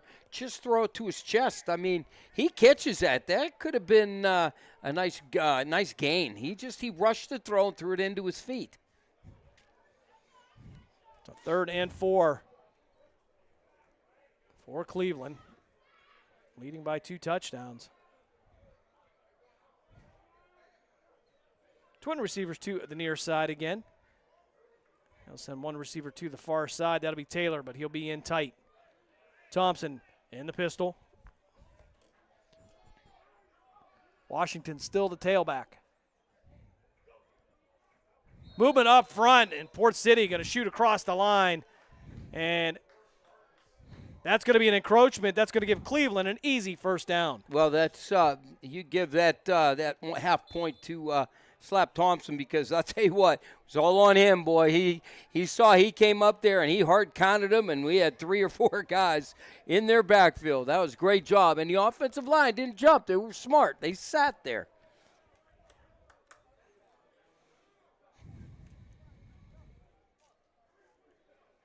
So Thompson in the pistol.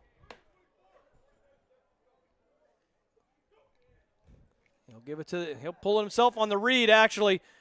Get hemmed up at the 45 and down to the 43-yard line into Port City territory, where the play will be blown dead. But again, Dave Thompson with that outstanding read option. Yeah, but he almost had it stripped around the 45-yard line. You better put 2 hands on that, because they are digging at it.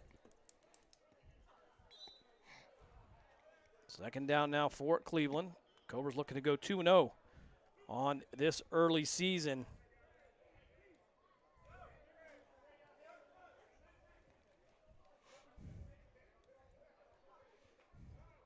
Washington still a tailback, single receiver to the near side.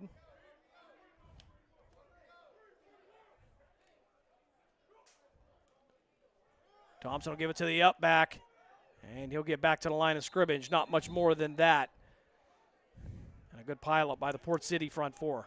Yeah, he got about a yard out of it, so now it's going to be third, and I'm going to say about 3 yards. Their side of the field, so I would imagine 2 down territory without knowing how much clock we got, but we have not got the 2-minute warning.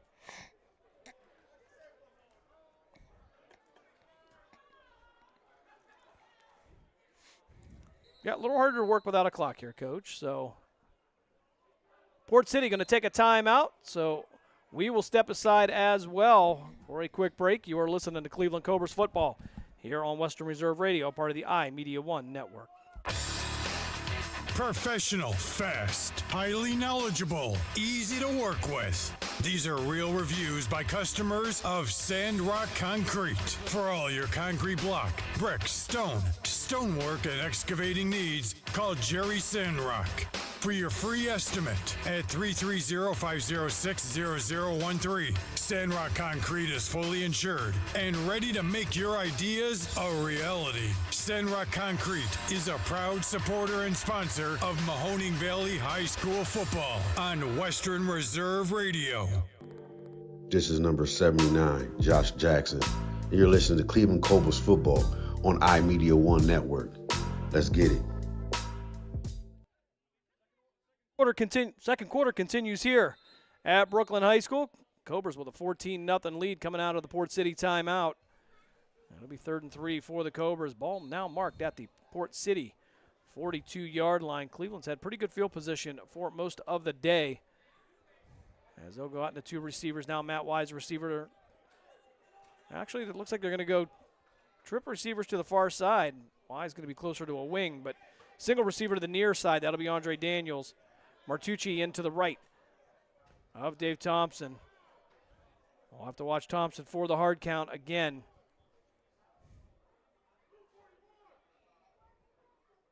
Thompson waiting for the snap. 3-step drop, plants his feet, fires over the middle, caught at the 27 and brought down at the 21-yard line. Cleveland with a first down. And that's going to be D'Angelo Thompson on the reception for the Cobras. Yeah, I tell you what, he had a receiver sitting behind the linebackers too, wide open, and he chose to go deeper, which was open too. So you wonder if that wasn't the 2-minute warning that we had. They showed a timeout, Jim. Okay, so we're working without a clock here, so hard to say how much time is left here in the second quarter. We are all right. So Melt's telling us 2:47. So it would be close to the 2-minute warning here. Cobras, believe it. I'm not sure who took the timeout, Coach. Officials aren't even looking up here. So anyway, first down and 10 for the Cleveland Cobras. Ball at the Port City 21-yard line. I believe it was Port City, as I think, Jim. So triple receivers to the far side now. The single receiver to the near side will be Daniels. Martucci in the backfield to the left of Thompson. Hand off to Martucci off the right side, past the 20, inside the 15, and brought down at the 12-yard line. And he'll run out of bounds, and we'll have an official timeout as we'll have a Cobra down on the field. Not sure who it's going to be, but they're going to help him up. Hopefully nothing serious, because they just pulled him right up and said, you're fine. Oh, I believe that's going to be that's going to be Lamoris Dillard, who was shaken up a little bit, offensive line. So Cleveland on the drive now. It's going to be 2nd and 1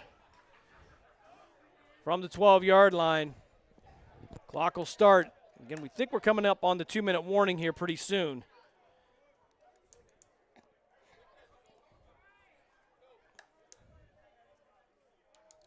As we'll have 3 receivers to the far side, including Matt Wise. He'll be the inside receiver. Martucci to the right of Thompson. Andre Daniels, the receiver to the near side. Thompson taking his time as we approach the end of the second quarter here in Brooklyn. Thompson with the handoff to Martucci, trying to get out to the left side, cuts back in, and he's going to be hemmed up. May have picked up a yard on the play. Might be close to the first down, but I'm going to guess he's going to be just a hair short. Well, they're going to actually say first down. The line judge says give it to him. So depending on where they mark it. Looks like right at the 10, Jim. Actually, they're going to say it's at the 11 because they're going to be able to get a down. And a snap. Thompson taking it upfield again down to the 5-yard line. Chain crew was still getting set. And we're going to have a timeout taken by Cleveland. So we're going to step aside for a quick timeout as well. You're listening to Cleveland Cobras football here on Western Reserve Radio, a part of the iMedia One network. During the fall and winter, grilling season never ends, and Gessler Propane is your local supplier. Then make sure you get your hard-earned money's worth. Why go to gas exchanges to pay higher prices for tanks not filled to capacity? Gessler Propane makes sure you're prepared for year-round grilling with 100% filled tanks at a reasonable cost. See Bob Monday through Friday, 10 to 4, and Saturday, 9 to 3 at Gessler Propane, 702 Youngstown Poland Road, Struthers, or call 330-755-9119. Gessler Propane. They got gas. Catch sports talk around the clock in the Valley on the iMedia One network, Western Reserve Radio, Western Reserve Radio 2, and City View Sportscast. Second down now, twin receivers to the far side, single receiver near side. Thompson will give last-minute instructions. He'll take it himself, spin out, and be brought down in the backfield. It's going to be a loss for the Cobras, and the clock will stop. And I believe that's going to be the 2-minute warning, as it'll be third down here. Some confusion coming in from the Port City sideline. Not sure what that's about. Again, working with no clock today, as well as some lackluster signals from the officials. We'll put it in a very polite way. Well, we'll let them know that we're up here. So when it's all said and done, it'll be 3rd and 11. Cleveland can still get a first down at the 1-yard line. I'm sure they would rather put this in the end zone before the halftime break. Well, we know that if we don't get it in the end zone, you got a field goal kicker to walk away with it. It should be a chip shot for him. Yeah, certainly for Ben Lyons, this is pretty much nothing. Do you know where Ben went to high school? Okay. He says no. So twin receivers to the far side. Keyshawn Baycoat will be the receiver to the near side. Thompson in the shotgun.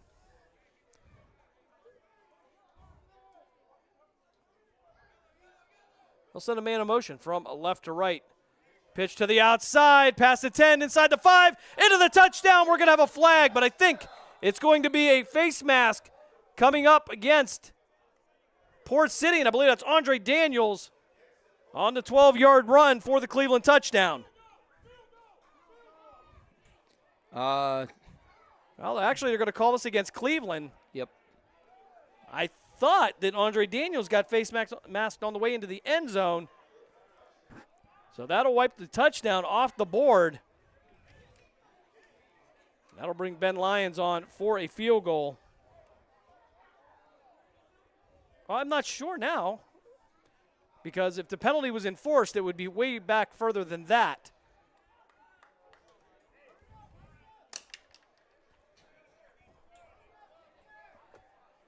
No, So the ball's now marked at the 19-yard line. So this will be a 36-yard field goal officially for Ben Lyons. Snap is back. Kick is up. And it's good. So probably just under 2 minutes left here in the second quarter. Cleveland, I think, takes a 17-0 lead. I don't know because our officials refuse to tell us anything. Well, I'll take care of that at halftime. I'll try to get down there and say, hey, if you can, we're up in the booth. And okay, so it looks like we're going to hit halftime here in Brooklyn. We'll step aside for a timeout. Right now, we believe it's the Cleveland Cobras 17, the Port City Spartans nothing. We'll step aside for a quick break. You are listening to Cleveland Cobras football here on Western Reserve Radio, part of the iMedia One network. During the fall and winter, grilling season never ends, and Gessler Propane is your local supplier that makes sure you get your hard-earned money's worth. Why go to gas exchanges to pay higher prices for tanks not filled to capacity? Gessler Propane makes sure you're prepared for year-round grilling with 100% filled tanks at a reasonable cost. See Bob Monday through Friday, 10 to 4, and Saturday, 9 to 3 at Gessler Propane, 702 Youngstown Poland Road, Struthers, or call 330-755-9119. Gessler Propane. They got gas.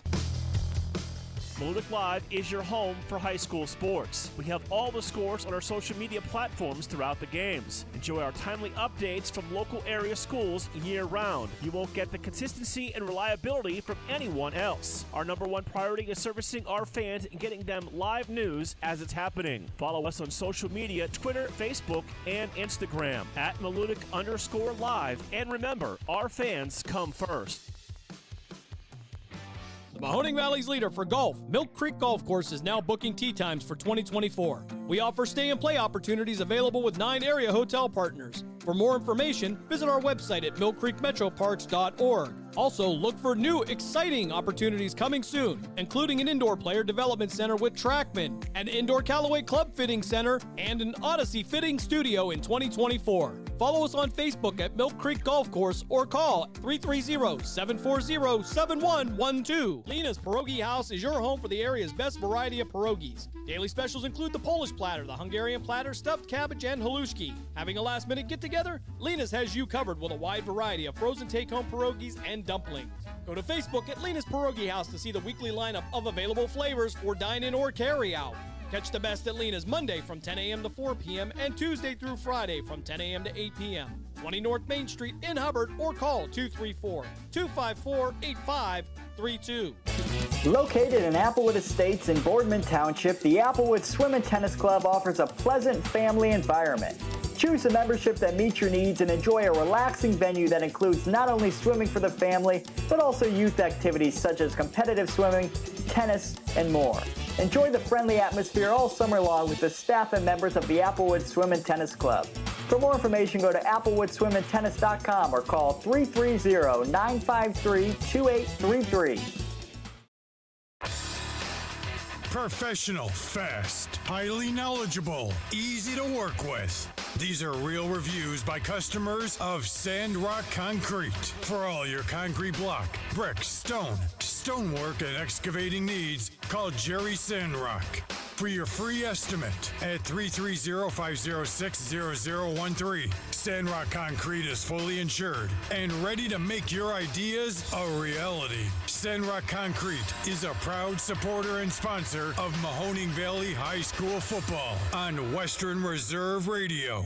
In the small town of Elmira, New York, a boy was born into an all-American family. The odds of him achieving his dream in the fashion industry? 1 in 23 million. The odds of having a child diagnosed with autism? 1 in 68. I am Tommy Hilfiger, and my family is affected by autism. Learn more at autismspeaks.org/signs.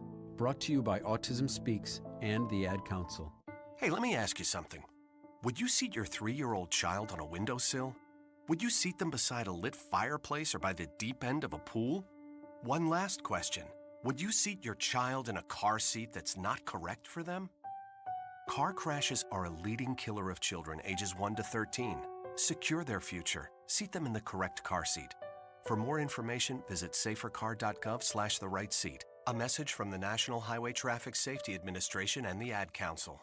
Welcome to Calvin's Barbershop. You all gotta see this. I don't even want to know what you're looking at on that phone. Well, you should. I was learning about the dangers of high blood pressure and that we need to get ours checked regularly. High blood pressure can increase the risk of heart attack or stroke, but this text program can help keep it at a healthy range. Just text Barbershop to 97779 to sign up. I'll get right on it as soon as I'm done with this baby panda video.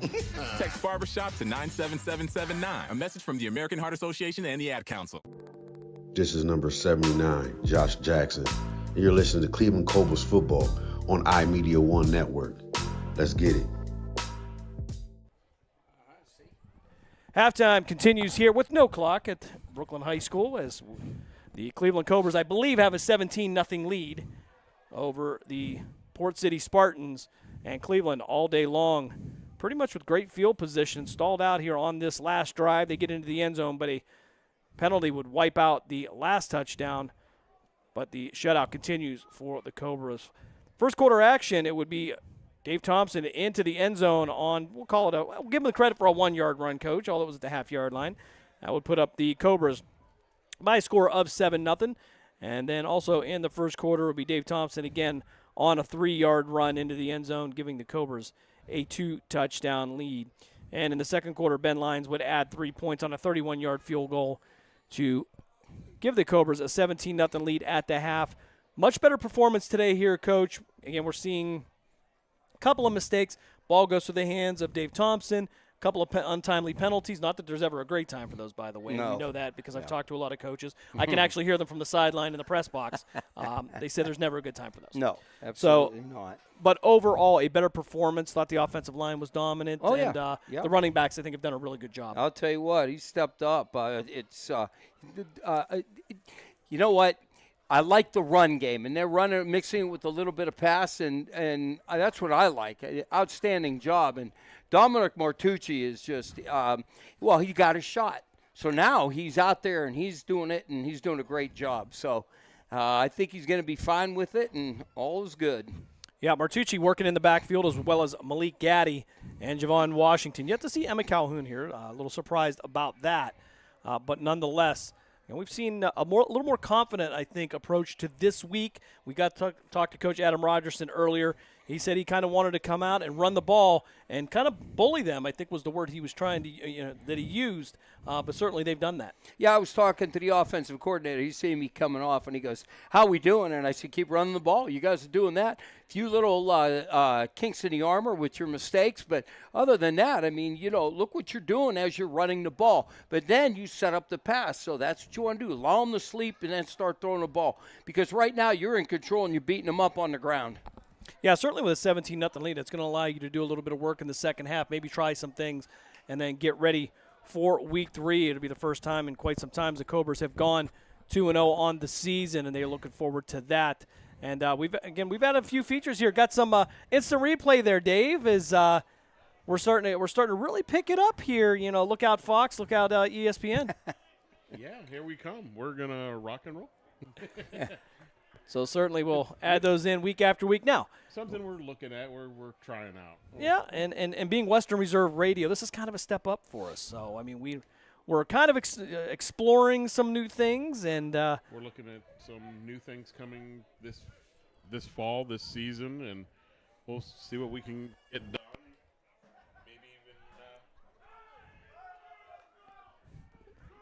Maybe even try and get some of this stuff done for high school. Maybe a few games that may end up doing it. Yeah, certainly. Our high school season coming up here at the end of August. It'll start right around August 25th here. Started August 18th last year, so that was pretty early, but we look forward to that as we have some new adventures coming up here with the 2024-2025 high school football season.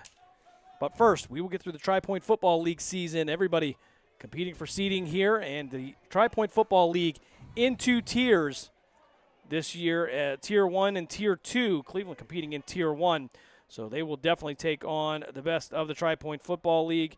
And in Tier 2, some of those teams still developing down there. Right now we have Matt Lipsack and Matt Emsch down in Tuscarawas County as the Warriors take on the Mahoning Valley Federals.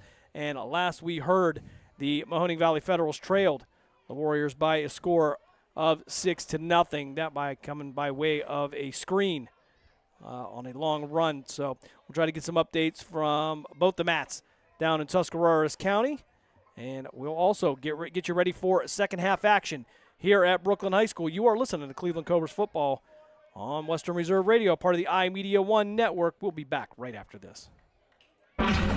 Youngstown, Warren, and Salem's local and national sports talk can be found on TuneIn and the Live 365 app at Western Reserve Radio. WRDB, The Scourge. Professional, fast, highly knowledgeable, easy to work with. These are real reviews by customers of Sandrock Concrete. For all your concrete block, brick, stone, stonework, and excavating needs, call Jerry Sandrock. For your free estimate at 330-506-0013. Sandrock Concrete is fully insured and ready to make your ideas a reality. Sandrock Concrete is a proud supporter and sponsor of Mahoning Valley High School football on Western Reserve Radio. Golf in the Mahoning Valley starts at Mill Creek Golf Course. Come out to the 36 beautiful hole design course by Donald Ross, and golf lessons are available by calling the team shop at 330-740-7112. Don't forget about family fun nights on Friday and Saturday evenings, a family of 4 with cart for only $25. Or visit the Wick Recreation Area and the lighted Par 3 course. Book your tee time today at 330-740-7112 or online at millcreekmetroparks.org. Hello, Kubo. What have you got planned for today? Come on, this way. Adventure can be found anywhere, but the best place to start is in the forest. It's the most powerful magic there is. Head outside to discover incredible animals. Wow. And beautiful plants that come together to create an unforgettable adventure. So grab your loved ones and explore a world of possibilities. Visit discovertheforest.org to find the closest forest or park to you. Brought to you by the Ad Council and the U.S. Forest Service. My teacher said that we should have a plan in case of an emergency. Do we have one? First thing I'm gonna do is grab a flashlight with dead batteries. I'm going to start randomly throwing clothes in the bag. You two will be hiding in the closet and Dad won't be able to find you. And that's when we both start crying. Uncontrollably. Can you pass the cutlets? Winging it is not an emergency plan. Make sure your kids know what to do during an emergency, who to call, where to meet, what to pack. Search Ready Kids at nyc.gov or call 311. Brought to you by the New York City Office of Emergency Management and the Ad Council. During the fall and winter, grilling season never ends, and Gessler Propane is your local supplier that makes sure you get your hard-earned money's worth. Why go to gas exchanges to pay higher prices for tanks not filled to capacity? Gessler Propane makes sure you're prepared for year-round grilling with 100% filled tanks at a reasonable cost. See Bob Monday through Friday, 10 to 4, and Saturday, 9 to 3 at Gessler Propane, 702 Youngstown Poland Road, Struthers, or call 330-755-9119. Gessler Propane. They got gas. Yo, what's going on, guys? This is Tyree Knight, number 2 of the Cleveland Cobras, and you're listening to the Tri-Point Football League on Western Reserve Radio and the iMedia One Network. Go Cobras. Back here at Brooklyn High School as we get ready for second half action. Yeah, that was close. And sometimes you just have too much fun up here. And anyway, interesting halftime score here, Coach. The Ohio Gladiators, who we saw last week against the Cobras, are tied 6-6 with the Columbus Fire. And Columbus Fire, one of the perennial powerhouses around the Northeast. Normally. So the question is, I don't know if we really got a measurement on the Gladiators on where they're at. Yeah, it's because they're so up and down. It's not funny. Well, and coming off of their championship last week, their championship in 2023, you wonder how they're going to come back out in 2024, and it's been mixed results. Yep. We're getting ready for the kickoff. Here we go.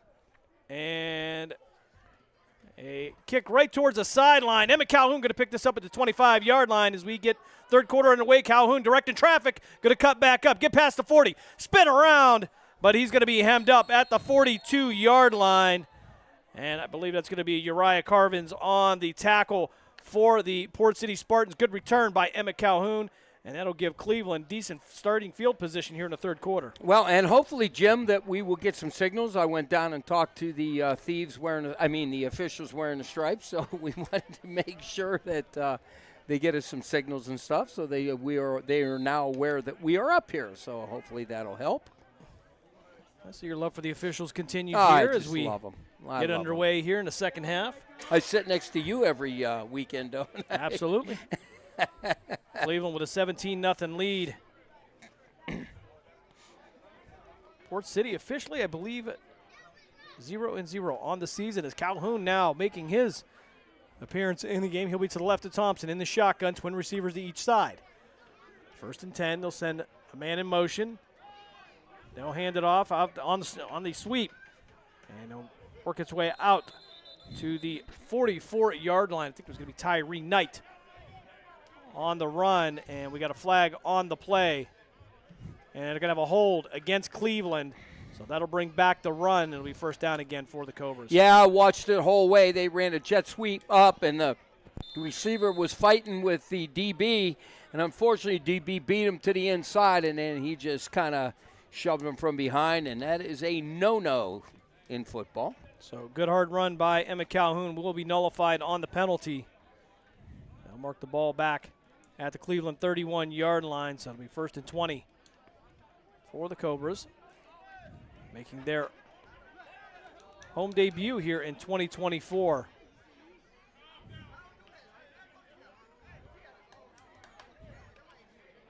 Updated score from Tuscarawas County. It is the Mahoning Valley Federals 0 and the Tusc County Warriors 6. So twin receivers to each side now as Calhoun remained to the left of Thompson. 1st and 20 for the Cobras. Thompson waiting for the snap. Give some last second instructions. Pressure being shown by Port City. Handoff to Calhoun. Calhoun making one cut, getting upfield. Gets to the 35, and he'll drive his legs down to the 39-yard line.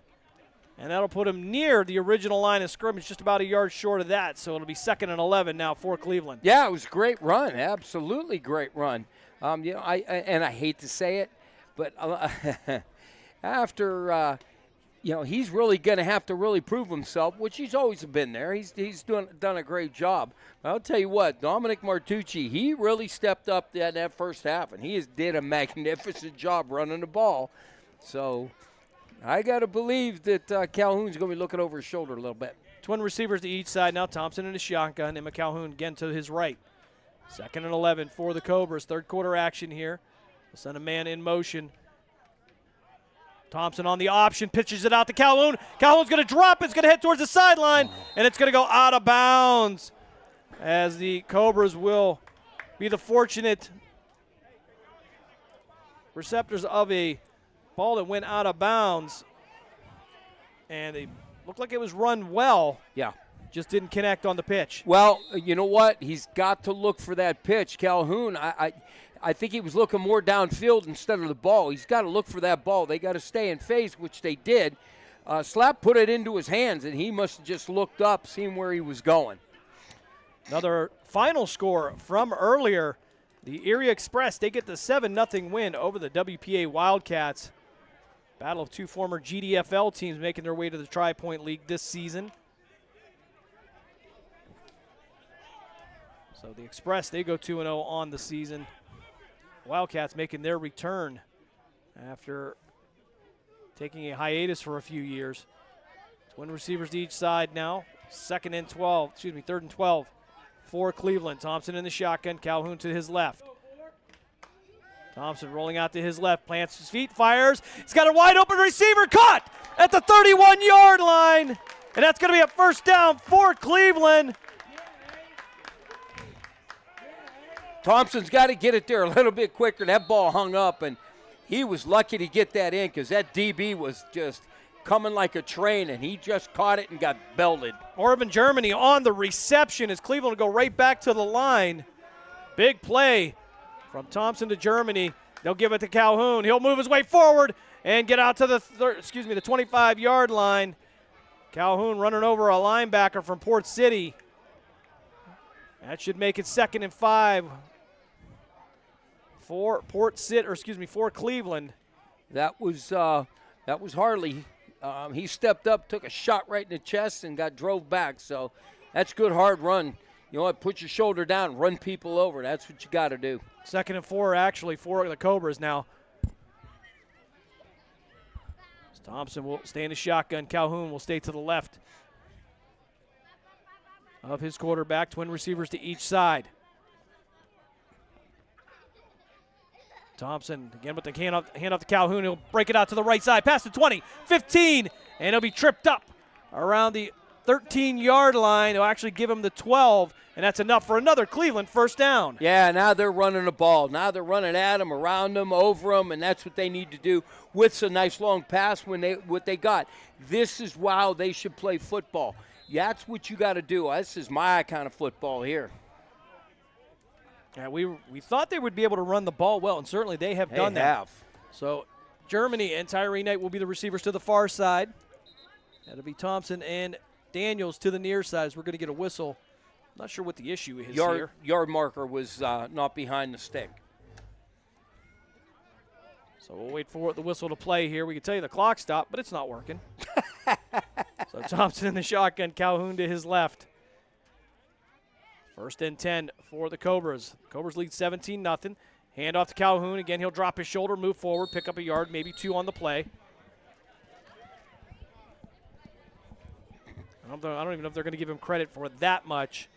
That should have been one that went outside, believe me, instead of inside. That opened up. Okay, so they're going to say no gain on the play. So Baycoat will come in as Emmett Calhoun will take a breather on the sideline. Well-deserved, as he has led most of the drive here. In addition to the big play by Marvin Germany. Baycoat now the receiver to the far side. Germany the slot next to him. Twin receivers to the near side. Daniels to the outside. Tyree Knight in the slot. Thompson in the shotgun. Washington will be to his right. In relief for Calhoun. Third quarter action here in Cleveland. Cobras with a 17-0 lead. He'll send Tyree Knight in motion from right to left. Knight will set up. Has a third receiver. He'll give it. Actually, Thompson will pull it again. Past the 10, 5, and into the end zone. Third touchdown of the day for Dave Slap Thompson. Yeah, he's a bigger load than people think. I tell you what, he gets it going, and he's doing great. So a 12-yard run by the Cleveland QB gives the Cobras a 23-0 lead.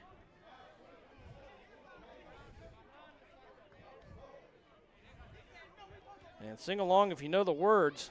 Thompson's third touchdown of the day on scores of 1, 3, and 12.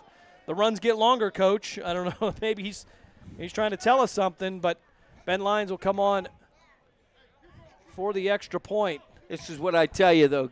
Take what they give you, and they've been pounding them, and that's what they need to do. Just don't get fancy. Keep doing what you're doing. Get better at it. There'll be more teams to face. Barrico to hold. Slap Thompson the snap. Lions for the field goal. 23-0 is your score. Snap is back. Kick is up. And it is true. So third quarter action continues here. Cobras take a 24-0 lead on a 12-yard run by Slap Thompson. The Cobras continue to roll here, and we will roll into a break. You are listening to Cleveland Cobras football here on Western Reserve Radio, part of the iMedia One network. We're right back after this. Lena's Pierogi House is your home for the area's best variety of pierogies. Daily specials include the Polish platter, the Hungarian platter, stuffed cabbage, and halushki. Having a last-minute get-together? Lena's has you covered with a wide variety of frozen take-home pierogies and dumplings. Go to Facebook at Lena's Pierogi House to see the weekly lineup of available flavors for dine-in or carry-out. Catch the best at Lena's Monday from 10 a.m. to 4 p.m. and Tuesday through Friday from 10 a.m. to 8 p.m. 20 North Main Street in Hubbard, or call 234-254-8532. This is number 56, Antoine Peterson, known as Tony Sweets. You're listening to Cleveland Cobras football on iMedia One Network. Third quarter action continues here at Brooklyn High School. Cleveland takes a 24-0 lead on a 12-yard run by Dave Slap Thompson. It is Thompson's third touchdown of the day, and he is showing the Young Bucks out here how it's done, as he looks to be having a good time back there. Dave Ferris is giving us these hand signals. Let's go, let's go. So the read option working for Cleveland as Lions will kick this one off. And it's going to be a high kick fielded at the 19-yard line. He'll take it to the far side. Past the 25 and brought down at the 27-yard line unceremoniously. I believe that's going to be Marvin Germany again on the tackle. So good special teams play by Germany, as well as a big first down pickup on the last drive. And so far, Cleveland rolling here in the second half. Yes, and there was a number 14. We don't know if it's Slater or Hosey because we got two number 14s. Yeah, I believe that's going to be Terry Hosey on that. Okay. So the Port City Spartans will take over 1st and 10 at the 27-yard line. We'll try to get you some scores from around the area as well as we get in late into the evening here on Saturday night. Boy, would I like to run down to the field. I like to limp down to the field and make a tackle like that. I would break right now. I'm getting too old.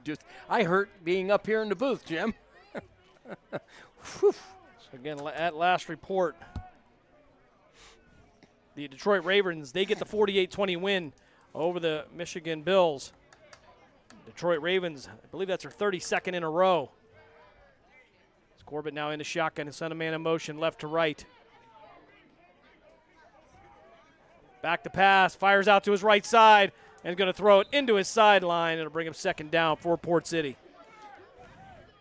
A lot of pressure coming from that front four, Coach, and we see Wells back in there, as well as Andy Code. And what a great rotation you see on that front four, the defense now. You know what? That's how we always did it. You got to think this way. If you have guys that could play and they're just right behind our starters, and you could feed those guys in and you constantly have fresh bodies in there, let me tell you what, that offensive line, if you got a good defensive line, if you could do that, they're in trouble because they'll get worn out. 2nd and 10 for Port City. Spartans being shut out 24-0 here in the third quarter. Single receiver to the near side, twin receivers to the far side. Send a man in motion again from left to right. He'll pitch it out to the far side, bring it upfield past the 30 to the 35 and down at the 36-yard line. Ball came loose, but the officials will say he's down. And it's going to be close to a first down, and I believe if you look at the ball, it's going to say that they got it. Nope, they'll say third down, actually, and they're going to move the ball back. So, say his momentum was stopped a little earlier than that.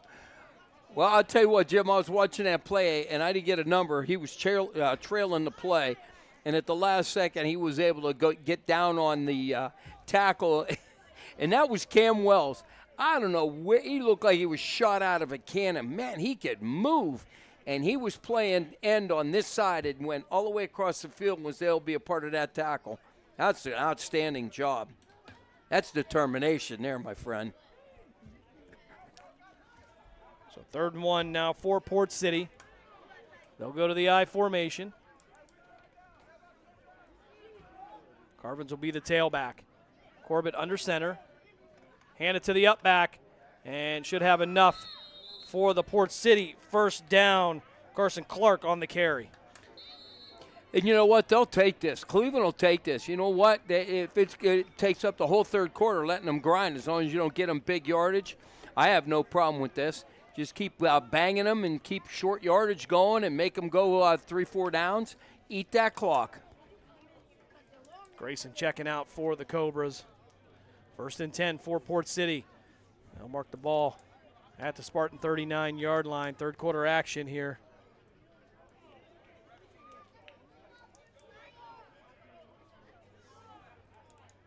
Corbett in the shotgun. Carvin's to his right.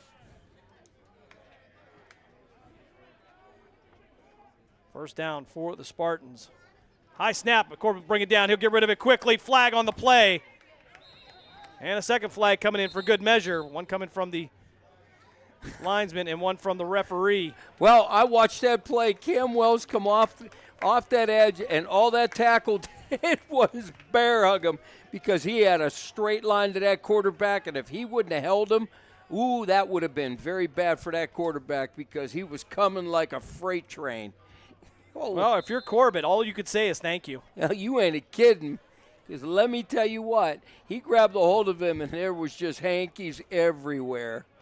And sometimes there's a necessary penalty. Yeah. You know what? And believe me, I've said linemen, you know what? Yeah, you got nailed with that holding, but you know what? Our quarterback's standing because he would have got killed on that. So Cam Wells making a mess of the backfields. He's all over the place. Corbin now going to the wrist coach, so twin receivers to the far side now. They'll have a wing to the right, single receiver to the near side. Carvin's to the right of Corbett. The wing now going to bounce out and make it a trips formation. Front four, pinning its beers back for the Cobras. Corbett taking his time. Pass out to the right side, and he's going to overthrow his receiver. And maybe if it was timed up a little bit better, it might have been a completion, but man, he'd had to dime that right in there. There were 3 Cobras right there. But I want to tell you something, Jim. He had his swing pattern. There was nobody within 15 yards. He should have looked there, saw it was covered, throw the swing, and he could have got yardage to make that up because it was wide open. And again, he wanted to try to hit the home run. But sometimes you got to look there and see the coverage is there and then throw short. Mike Dawkins, the intended receiver for Port City. That'll bring up 2nd and 20 now after the holding penalty.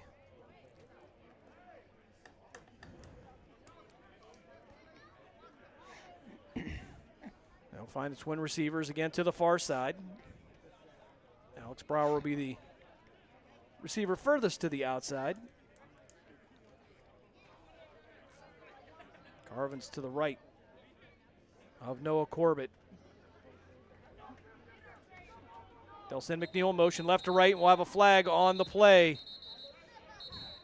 And might be sending this one back a little bit further, an illegal procedure coming up against Port City.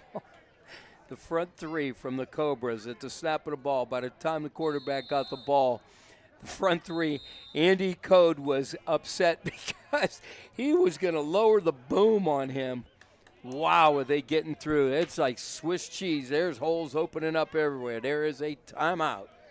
So timeout here at Brooklyn where the Cobras have a 24-0 lead over the Port City Spartans. We'll step aside for a quick timeout. You are listening to Cleveland Cobras football here on Western Reserve Radio, part of the iMedia One network.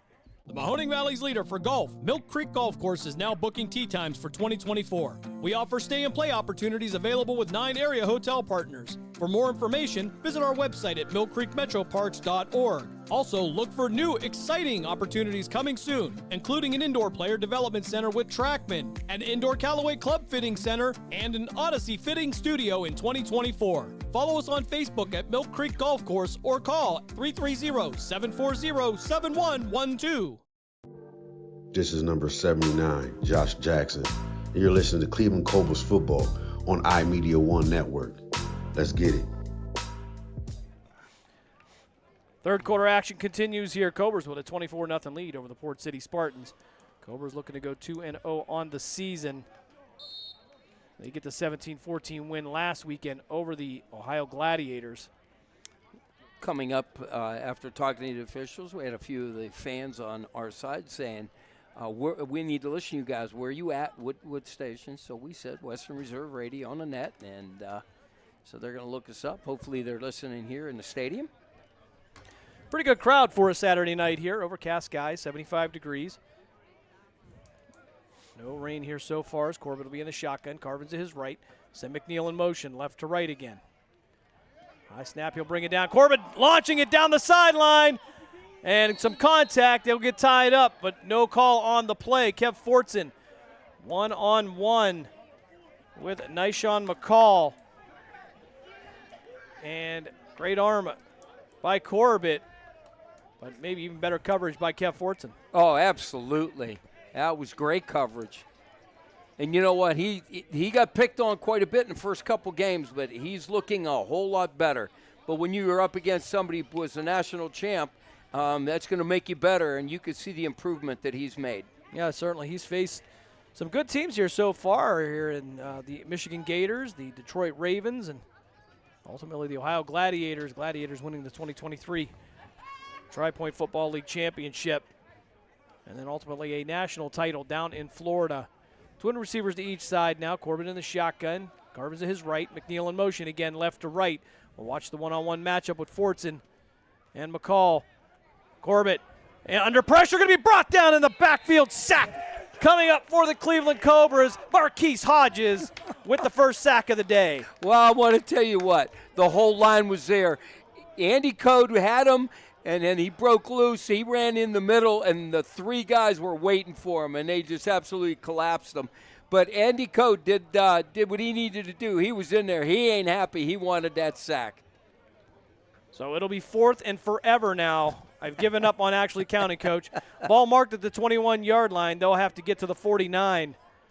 So we'll make that 28 yards maybe, 30 yards. I don't know. Nobody told me there'd be math. Come on, Wilson, let's go. There you go. That'd be our inner city education, as we say it in the Y-Town. Well, it'll be 4th down definitely for Port City. And Mike Dawkins will come out to do the punting duties again. We had a Hubbard guy say it's 30. So Dawkins waiting for the snap. A little bit of pressure shown by the Cobras. He'll get this one away. A high punt. It'll be fielded right around. Well, actually, he's going to let it go by him. Tyree Knight was content to let that ball roll down to the Cleveland 30-yard line. And if that's as bad as it gets for the Cobras today, I think we're doing okay. Two things happen on that play. Andy Code, he had his hands up like he scored a touchdown. If he puts them arms down, crosses his wrist, and goes and puts them parallel to the ground, he blocks it. And as far as the punt, hey, that's why we have fair catches. Throw that hand up, catch that ball, they can't touch you. So maybe he just felt like he wasn't going to be able to grab it. But that's a great job defensively and a great punt. And sometimes just poison, Coach. You want to get away from it? Yeah, it's exactly our call. That ball's around. Everybody, if it's shanked or whatever, and you don't want anybody to get near it or hit them, that's you yelling poison, poison. That's run the other way. Little football determination there. So 1st and 10 now from the Cleveland 30-yard line. Twin receivers to each side. Thompson in the shotgun. Calhoun to his right. Thompson, 3 touchdowns on the ground today as the Cobras have a 24-0 lead. Ben Lyons adding a 31-yard field goal for the Cobras. Thompson sending a man in motion. DeAndre Daniels will give it to him on the jet sweep. Daniels looking for a room to cut up. Looked like 2 Spartans blocked themselves, and he'll get knocked out at the 40-yard line. Looked like he planted, and he's going to be knocked out of bounds by Jalen King. Andre Daniels picking up some positive yards, enough for a first down. Looked like it was a little awkward, Coach. I thought he planted his foot and kind of went out of bounds, but he bounced back up, and fortunately no injury from the turf. I'll tell you what, their blocking has done a great job. They get on that edge, and they're getting man-to-man, and they're really hooking them to the inside, getting their butts to the outside, and that running back's able to come off their rear ends and run up that sidelines. Outstanding run. Great job. 1st and 10 for Cleveland at their own 40-yard line. Twin receivers to the far side now. their total yards running has got to be up there. Germany and Bako to be the receivers to the near side. E.J. Bibbs, in his first regular season of the game, lined up at right tackle. He was off last week. They'll stack the receivers to the near side. Only one corner on them, and that's going to be a lot for Larry West to cover there, as the safeties are walked way up. Thompson waiting for the snap. Quick pass out to the far side. It'll be Daniels cutting back to the inside, and he'll pick up a couple of yards. Nowhere to go there. But you saw something there, Coach. Had stacked receivers and only one corner on. Yeah, I'll tell you what. If you do the front guy goes to the inside and you roll that guy on the outside in a go route, there is no way, because that safety was up or almost linebacker, and he was way inside. That's a touchdown all the way. 2nd and 7 for the Cobras. Third quarter action here. Cobras with a 24-0 lead. Haycoat and Germany to the near side again. Hand off to Calhoun off the right side. He'll cut back in, make one cut, and be brought back. He'll get out to the 47-yard line. That'll bring up 3rd and short for the Cobras, as Gaddy will come in as well as Matt Wise. Andre Daniels and Emma Calhoun will take a breather.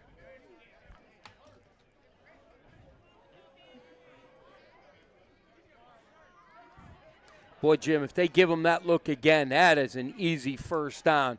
That first guy, he runs to the inside, makes that linebacker or safety that's walked up bite on him, and man, you got him down the sidelines all the way. Germany and D'Angelo Thompson, the near receivers now. Slap Thompson in the shotgun. Gaddy to his left. Twin receivers to the far side. Movement up front. Thompson's going to get him again. Encroachment on Port City. And you see a lot of veteran leadership out of Slap Thompson, whether it be the keepers, whether it be the hard counts. The only question I have, Jim, if we're NFL rules and they jump, they should have, and the offense doesn't move, they should have the opportunity to get back. So I don't know how they're making that call. Well, the officials do have the option to kill the play. Okay. If it's going to be unabated to the quarterback, as they'll try. You got to protect Thompson, so we got to keep him around a while. So, twin receivers to each side. First down now for the Cobras. Ball at the 47-yard line. Thompson on the option, get to the outside. He's going to keep it. Pitch it out this time to Gaddy. Gaddy to the 40. 40 to 35 and knocked out of bounds at the 30. Another Cleveland first down. And a great read by Dave Thompson, who is putting on a clinic today. Yeah, but that was a scary option. And it looks like we're going to be the end of the third quarter here in Brooklyn. Cleveland will take a 24-0 lead into the fourth quarter. We'll step aside for a timeout as well. You are listening to Cleveland Cobras football here on Western Reserve Radio, a part of the iMedia One Network. We're back after this. During the fall and winter, grilling season never ends, and Gessler Propane is your local supplier. Then make sure you get your hard-earned money's worth. Why go to gas exchanges to pay higher prices for tanks not filled to capacity? Gessler Propane makes sure you're prepared for year-round grilling with 100% filled tanks at a reasonable cost. See Bob Monday through Friday, 10 to 4, and Saturday, 9 to 3 at Gessler Propane, 702 Youngstown Poland Road, Struthers, or call 330-755-9119. Gessler Propane. They got gas. Yo, what's going on, guys? This is Tyree Knight, number 2 of the Cleveland Cobras, and you're listening to the Tri-Point Football League on Western Reserve Radio and the iMedia One Network. Go Cobras. Fourth quarter action coming up here from Brooklyn High School. We'll flip sides of the field. Cobras with the ball now, 1st and 10 at the Port City 30-yard line. Cobras lead 24-0 here going into this final frame, looking to go 2-0 on the Tri-Point Football League season. And we'll try to bring you some scores from around the area. A little tough to come by today. As Thompson now will line up with Gaddy to his left, twin receivers to the near side. Now go in motion now. Trip receivers to the near side. Hand off to Malik Gaddy. Gaddy dropping his shoulder. Taking it down to the 26-yard line. Pick up a 4. It'll be 2nd and 6 for the Cobras. That's how you run the football, baby. That's smash mouth football. The defender came up, they hit him, and he dropped that shoulder, and that's what you do as a running back. You punish the defensive guy for stepping in your way. Yeah, not only have they run the ball well, they have run it tough here. It's been all the backs that have done that. Gaddy now remains in the backfield, trip receivers to the near side. Thompson in the shotgun. Quick pass out, and it's going to be dropped by Germany. I don't know that he was going anywhere anyway, so that may have been the best case scenario for the Cobras on that. I don't know, Jim. I think if he catches it, takes a step, that defender was coming like a train, and all he had to do was juke one side, and that defender's running down to the 50. I don't think he had a shot, but you got to catch the ball. Don't get fancy where you're looking downfield. Look it into your hands, make your move. Another bright spot for the Cobras today has been the blocking of the receivers on the outside, providing some lanes. And I'm thinking that might be D'Angelo Thompson on the drop here. He's on the sideline with that smile like, I know I did it. So that'd be me. That was not Marvin Germany. I'm sorry, Marvin. Now we will fix that. Twin receivers to each side now. Thompson in the shotgun. 2 by 2. And he'll move Gaddy from the right side to the left side. Thompson, 3-step drop. Fires down the sideline into the end zone. And he's going to overthrow his receiver in the back of the end zone. Ran out of real estate, and that was intended for Matt Wise. So Ben Lyons on for the field goal. And if my math serves me correctly, and it doesn't always, this is going to be a 44-yard field goal for the kicker. And I think this would be well within his range.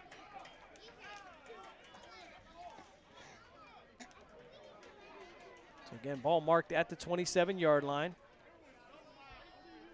Well, that's 7 for the hold, 10 for the end zone. Make it 44. Even at Wilson. There we go, Z. So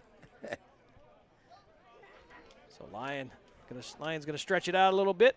Perico to hold. Snap is back. Kick is up. It's got the distance. And it is good. So from 44 yards, Ben Lyons extends the Cleveland lead to 27-0. And, Coach, you talk about a nice weapon to have, especially later in the year when those games will get tougher and the playoffs come. Man. It's a great weapon to have. And that young man is very consistent in his kicking. I mean, 44 yards. Jim, it looked like he could have kicked to 54 yards. That was well. Matter of fact, he kicked that, I believe, over the soccer net, which is sitting probably 10 yards beyond the goalpost, excuse me. Yeah, interestingly enough, I don't see many kickers like that around this level. They are tough to come by. Well, we had a good one in Bill Santel. Yeah, certainly we certainly miss Bill, who went on to last we heard medical school. So is that right? Wow, that is the last that we heard. So we hope that's true. If not, then then we're still proud of you. It's no big deal, Dr. Santel. Certainly.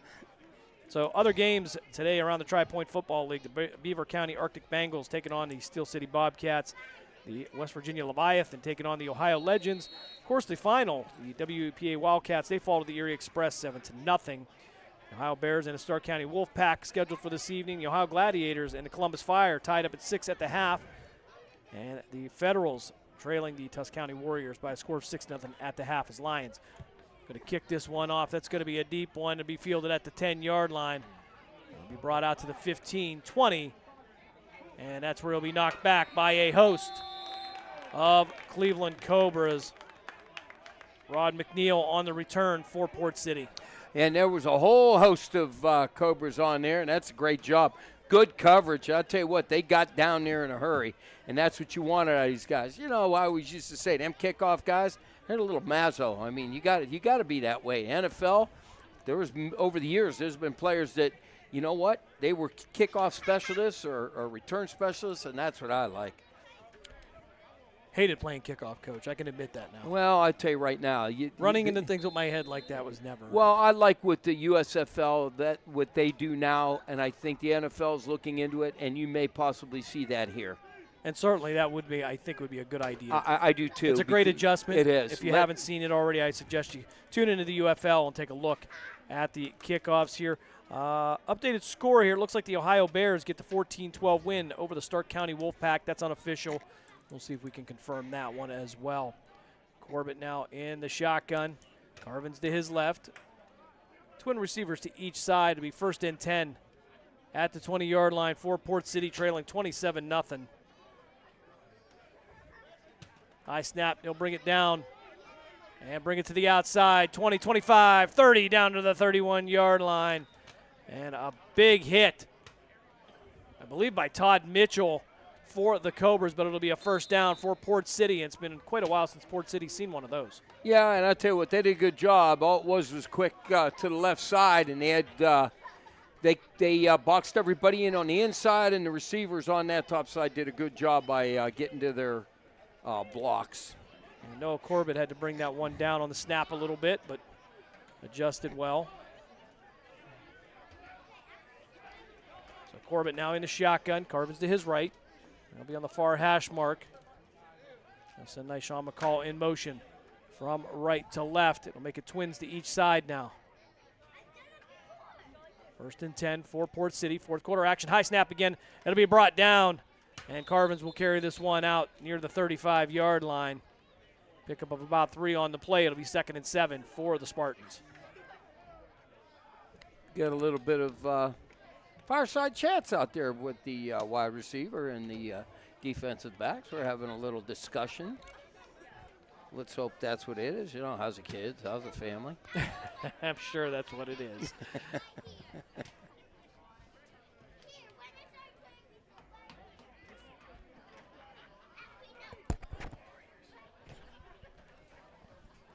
So Corbett now in the shotgun.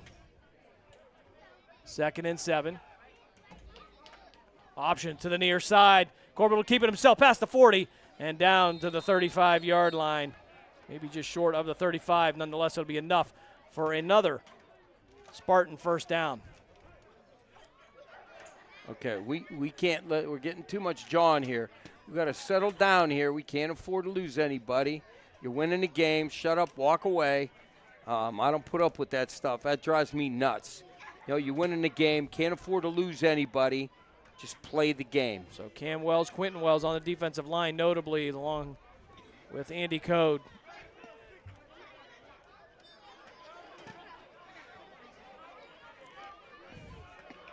Port City sending a receiver in late. So twin receivers to the far side. Thinking that might have to be a run. That'll be McNeil in motion. And I believe Port City's going to have to take a timeout. They couldn't get set. Some confusion for the Spartans. So while they take a timeout, we'll step aside for a break. You are listening to Cleveland Cobras football here on Western Reserve Radio, all a part of the iMedia One Network. Located in Applewood Estates in Boardman Township, the Applewood Swim and Tennis Club offers a pleasant family environment.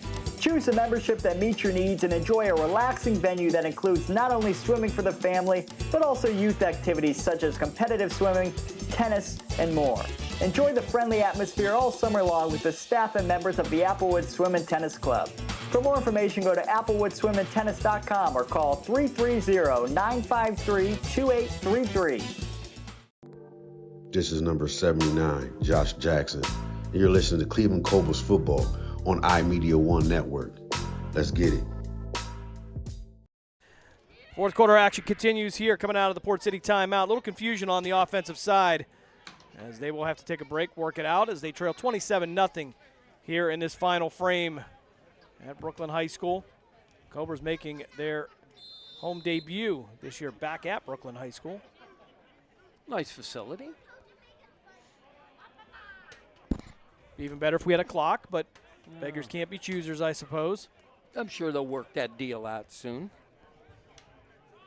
So Cam McCauley in the slot now, one-on-one defensively for the Cobras. Corbett in the shotgun. Del Sembrauer in motion, give it to him on the jet sweep. Get out past midfield, and he'll be upended at the 47-yard line. Trying to get a number on the tackle there, but Brower went head over heels, and I believe that's going to be Kev Fortson maybe that brought him down. I'll tell you what, that was a big-time hit. That hurts on the knees, man. Let me tell you what. You get hit that low, and whew, that's a bit of a stinger. Greg Williams going to check out for the Cobras. Marquise Hodges checking back in defensively. Martucci in there as well for a moment. As we get ready to wind week 2 down here of the Tri-Point Football League. Corbett with the read option. He'll take a shot. It's going to break free past the 40, 35. Run over another Cobra defender and make his way down to the Cleveland 31-yard line. That's going to be enough for a Cobra first down. Ocean's getting a little high here, but nonetheless, a great run by Noah Corbett. Port City trying to stay in this game. We can't let this get out of hand. Come on, boys. 27-0 is the Cobra lead.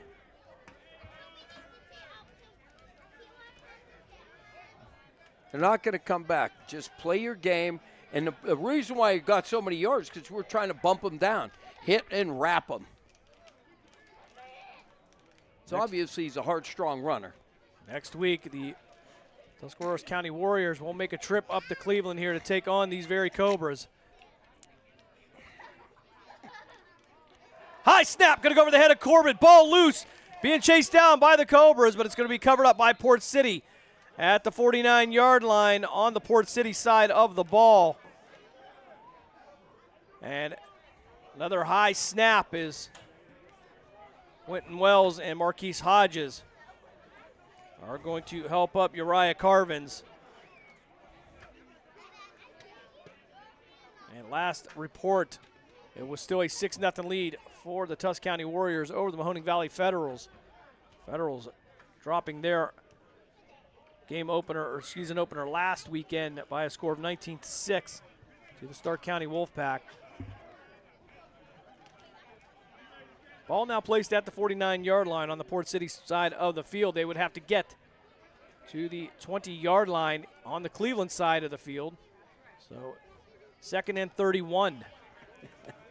As they say, 2nd and a mile. Now play the game, play the ball, wrap them up. Don't let tempers flare here. Get out of hand, you're ahead, walk away. This is what happens. Twin receivers to the near side, single receiver to the far side. Actually, they will send Rod McNeil to the near side. They'll make it a trips formation. Corbett in the shotgun. Carvins to his left.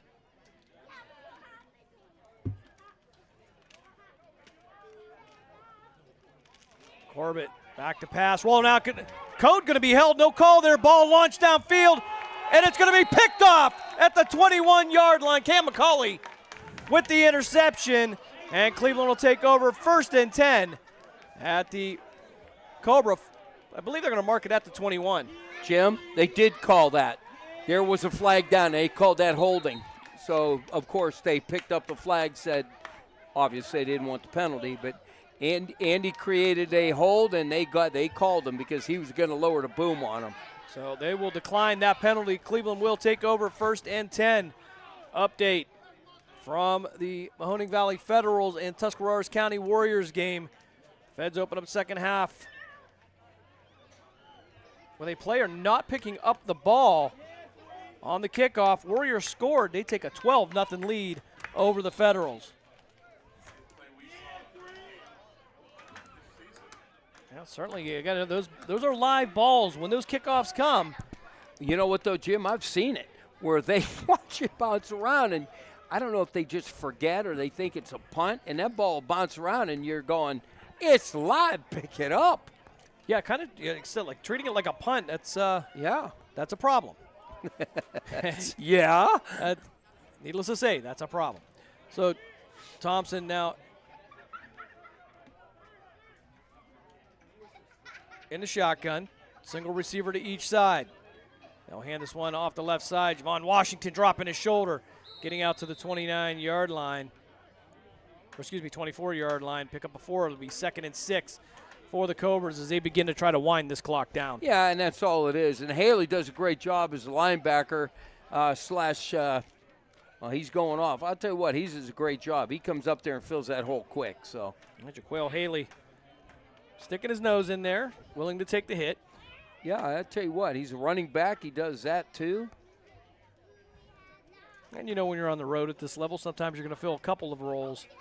As Hill will be the receiver to the far side. Now Ben Slater now in the game at the receiver spot to the near side.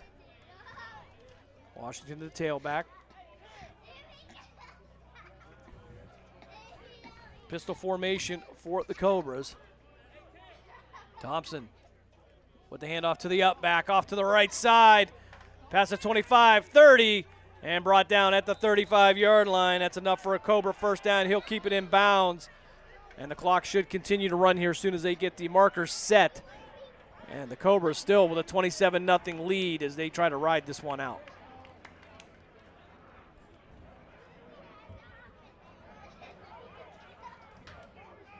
Chris Cawley coming off the field for the Cobras. And I'm sure you will see no sense of urgency to get any plays off here for the Cobras. Tyree Knight coming off the field. He'll take a breather. Decent night here.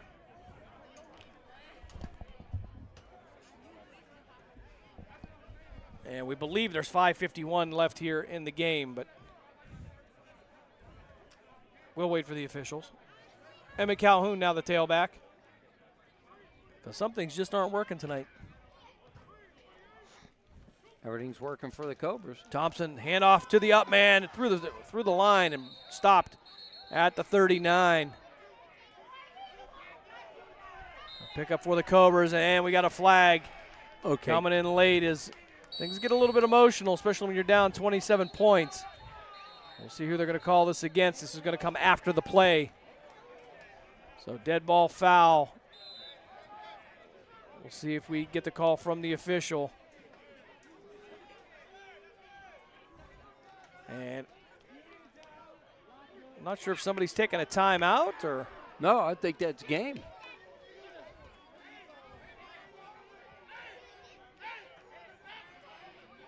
So some confusion here, and we saw a flag. And I believe they're going to let this clock roll down here in Cleveland. Cobras with a 27-0 lead, and that will bring us to the end of this one in Brooklyn. Cobras, they get the shutout. In game 2 of the Tri-Point Football League season, they'll win this one 27-0. We're going to step aside for a timeout. You are listening to the Cleveland Cobras Broadcast Network here on Western Reserve Radio. We are right back after this.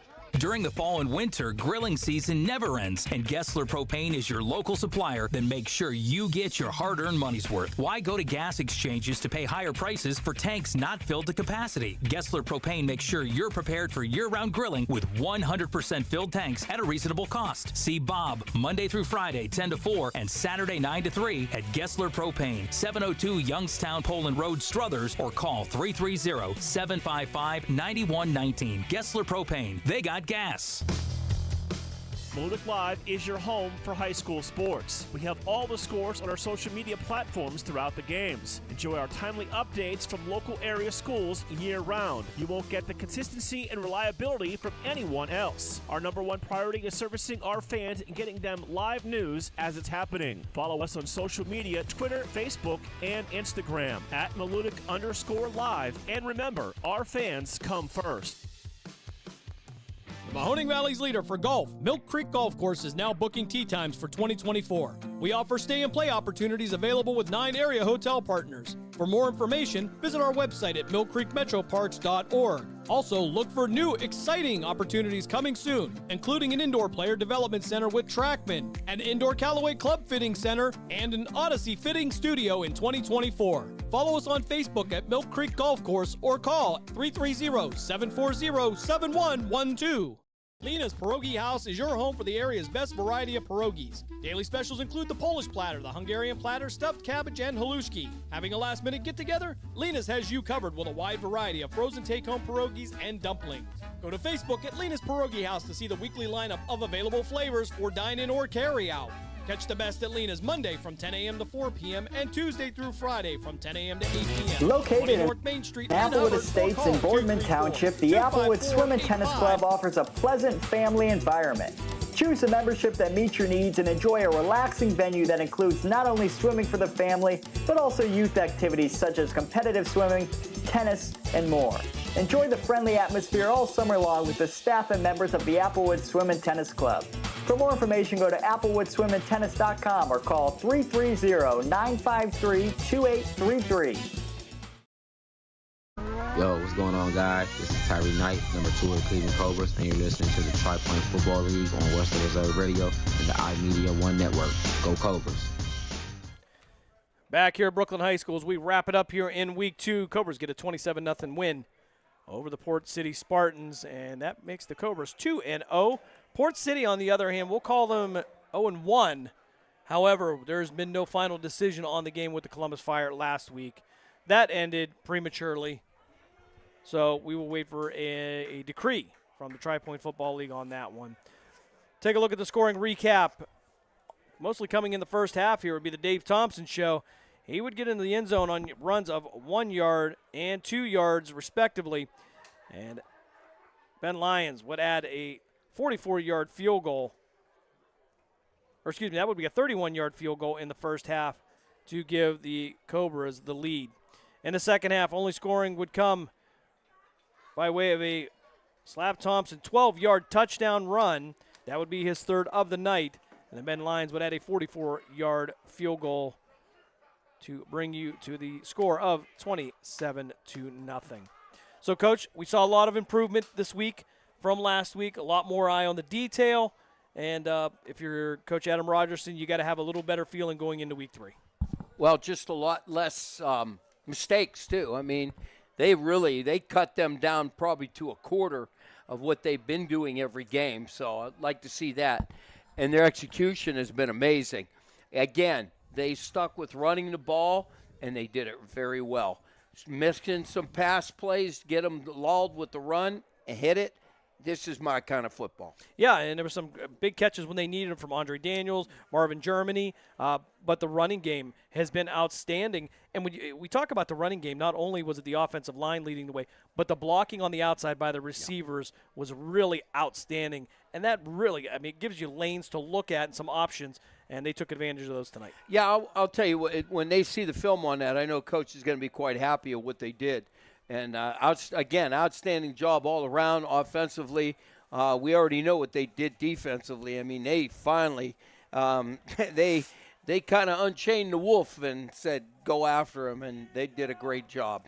A great job. And I think we're pretty excited about that front four of the Cobras defense with the addition of Cam Wells, Quentin Wells, and I don't think we've seen all of the Wells just yet.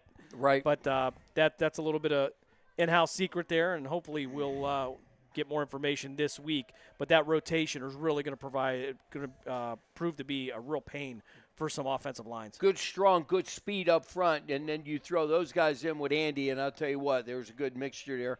And really, they didn't blitz a lot. They didn't need to. The linebackers took their reads and stuff, saw it was coming, reacted. They didn't have to come up and blitz as much because of what they were doing up front. Yeah, solid win for the Cleveland Cobras. They knock off the runner-ups for the 2023 Tri-Point Football League Championship. It was the Ohio Gladiators and the Spartans in the championship last year. So the Cobras, they get a Week 1 win over the Tri-Point Football League champions and then knock off the runners-up. So good things ahead for the Cleveland Cobras. Next week, the Cobras will host the Tuscarawas County Warriors right back here at Brooklyn High School. 6:30 pregame, 7 o'clock kickoff, as the Cobras will look to go 3-0. Over on City View Sportscast with Matt Lipsack and Matt Emsch.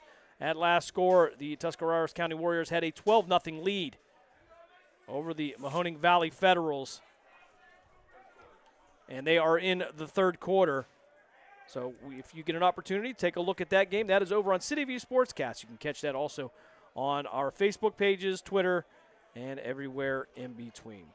So for the Coach Bob Gessler, for Dave Ferris, who did an outstanding job with our new features tonight, taking a look at some things, I am Jim Craven. Thanks for joining us again here in Cleveland. Your score, one last time. The Cobras get the shutout. They knock off the Port City Spartans by a score of 27-0. And we look forward to seeing you all again next week right here from Brooklyn. Have a good night, everybody. Good night, all. We thank you for joining us for this special presentation of the iMedia One Network, and we now return you to your regularly scheduled programming.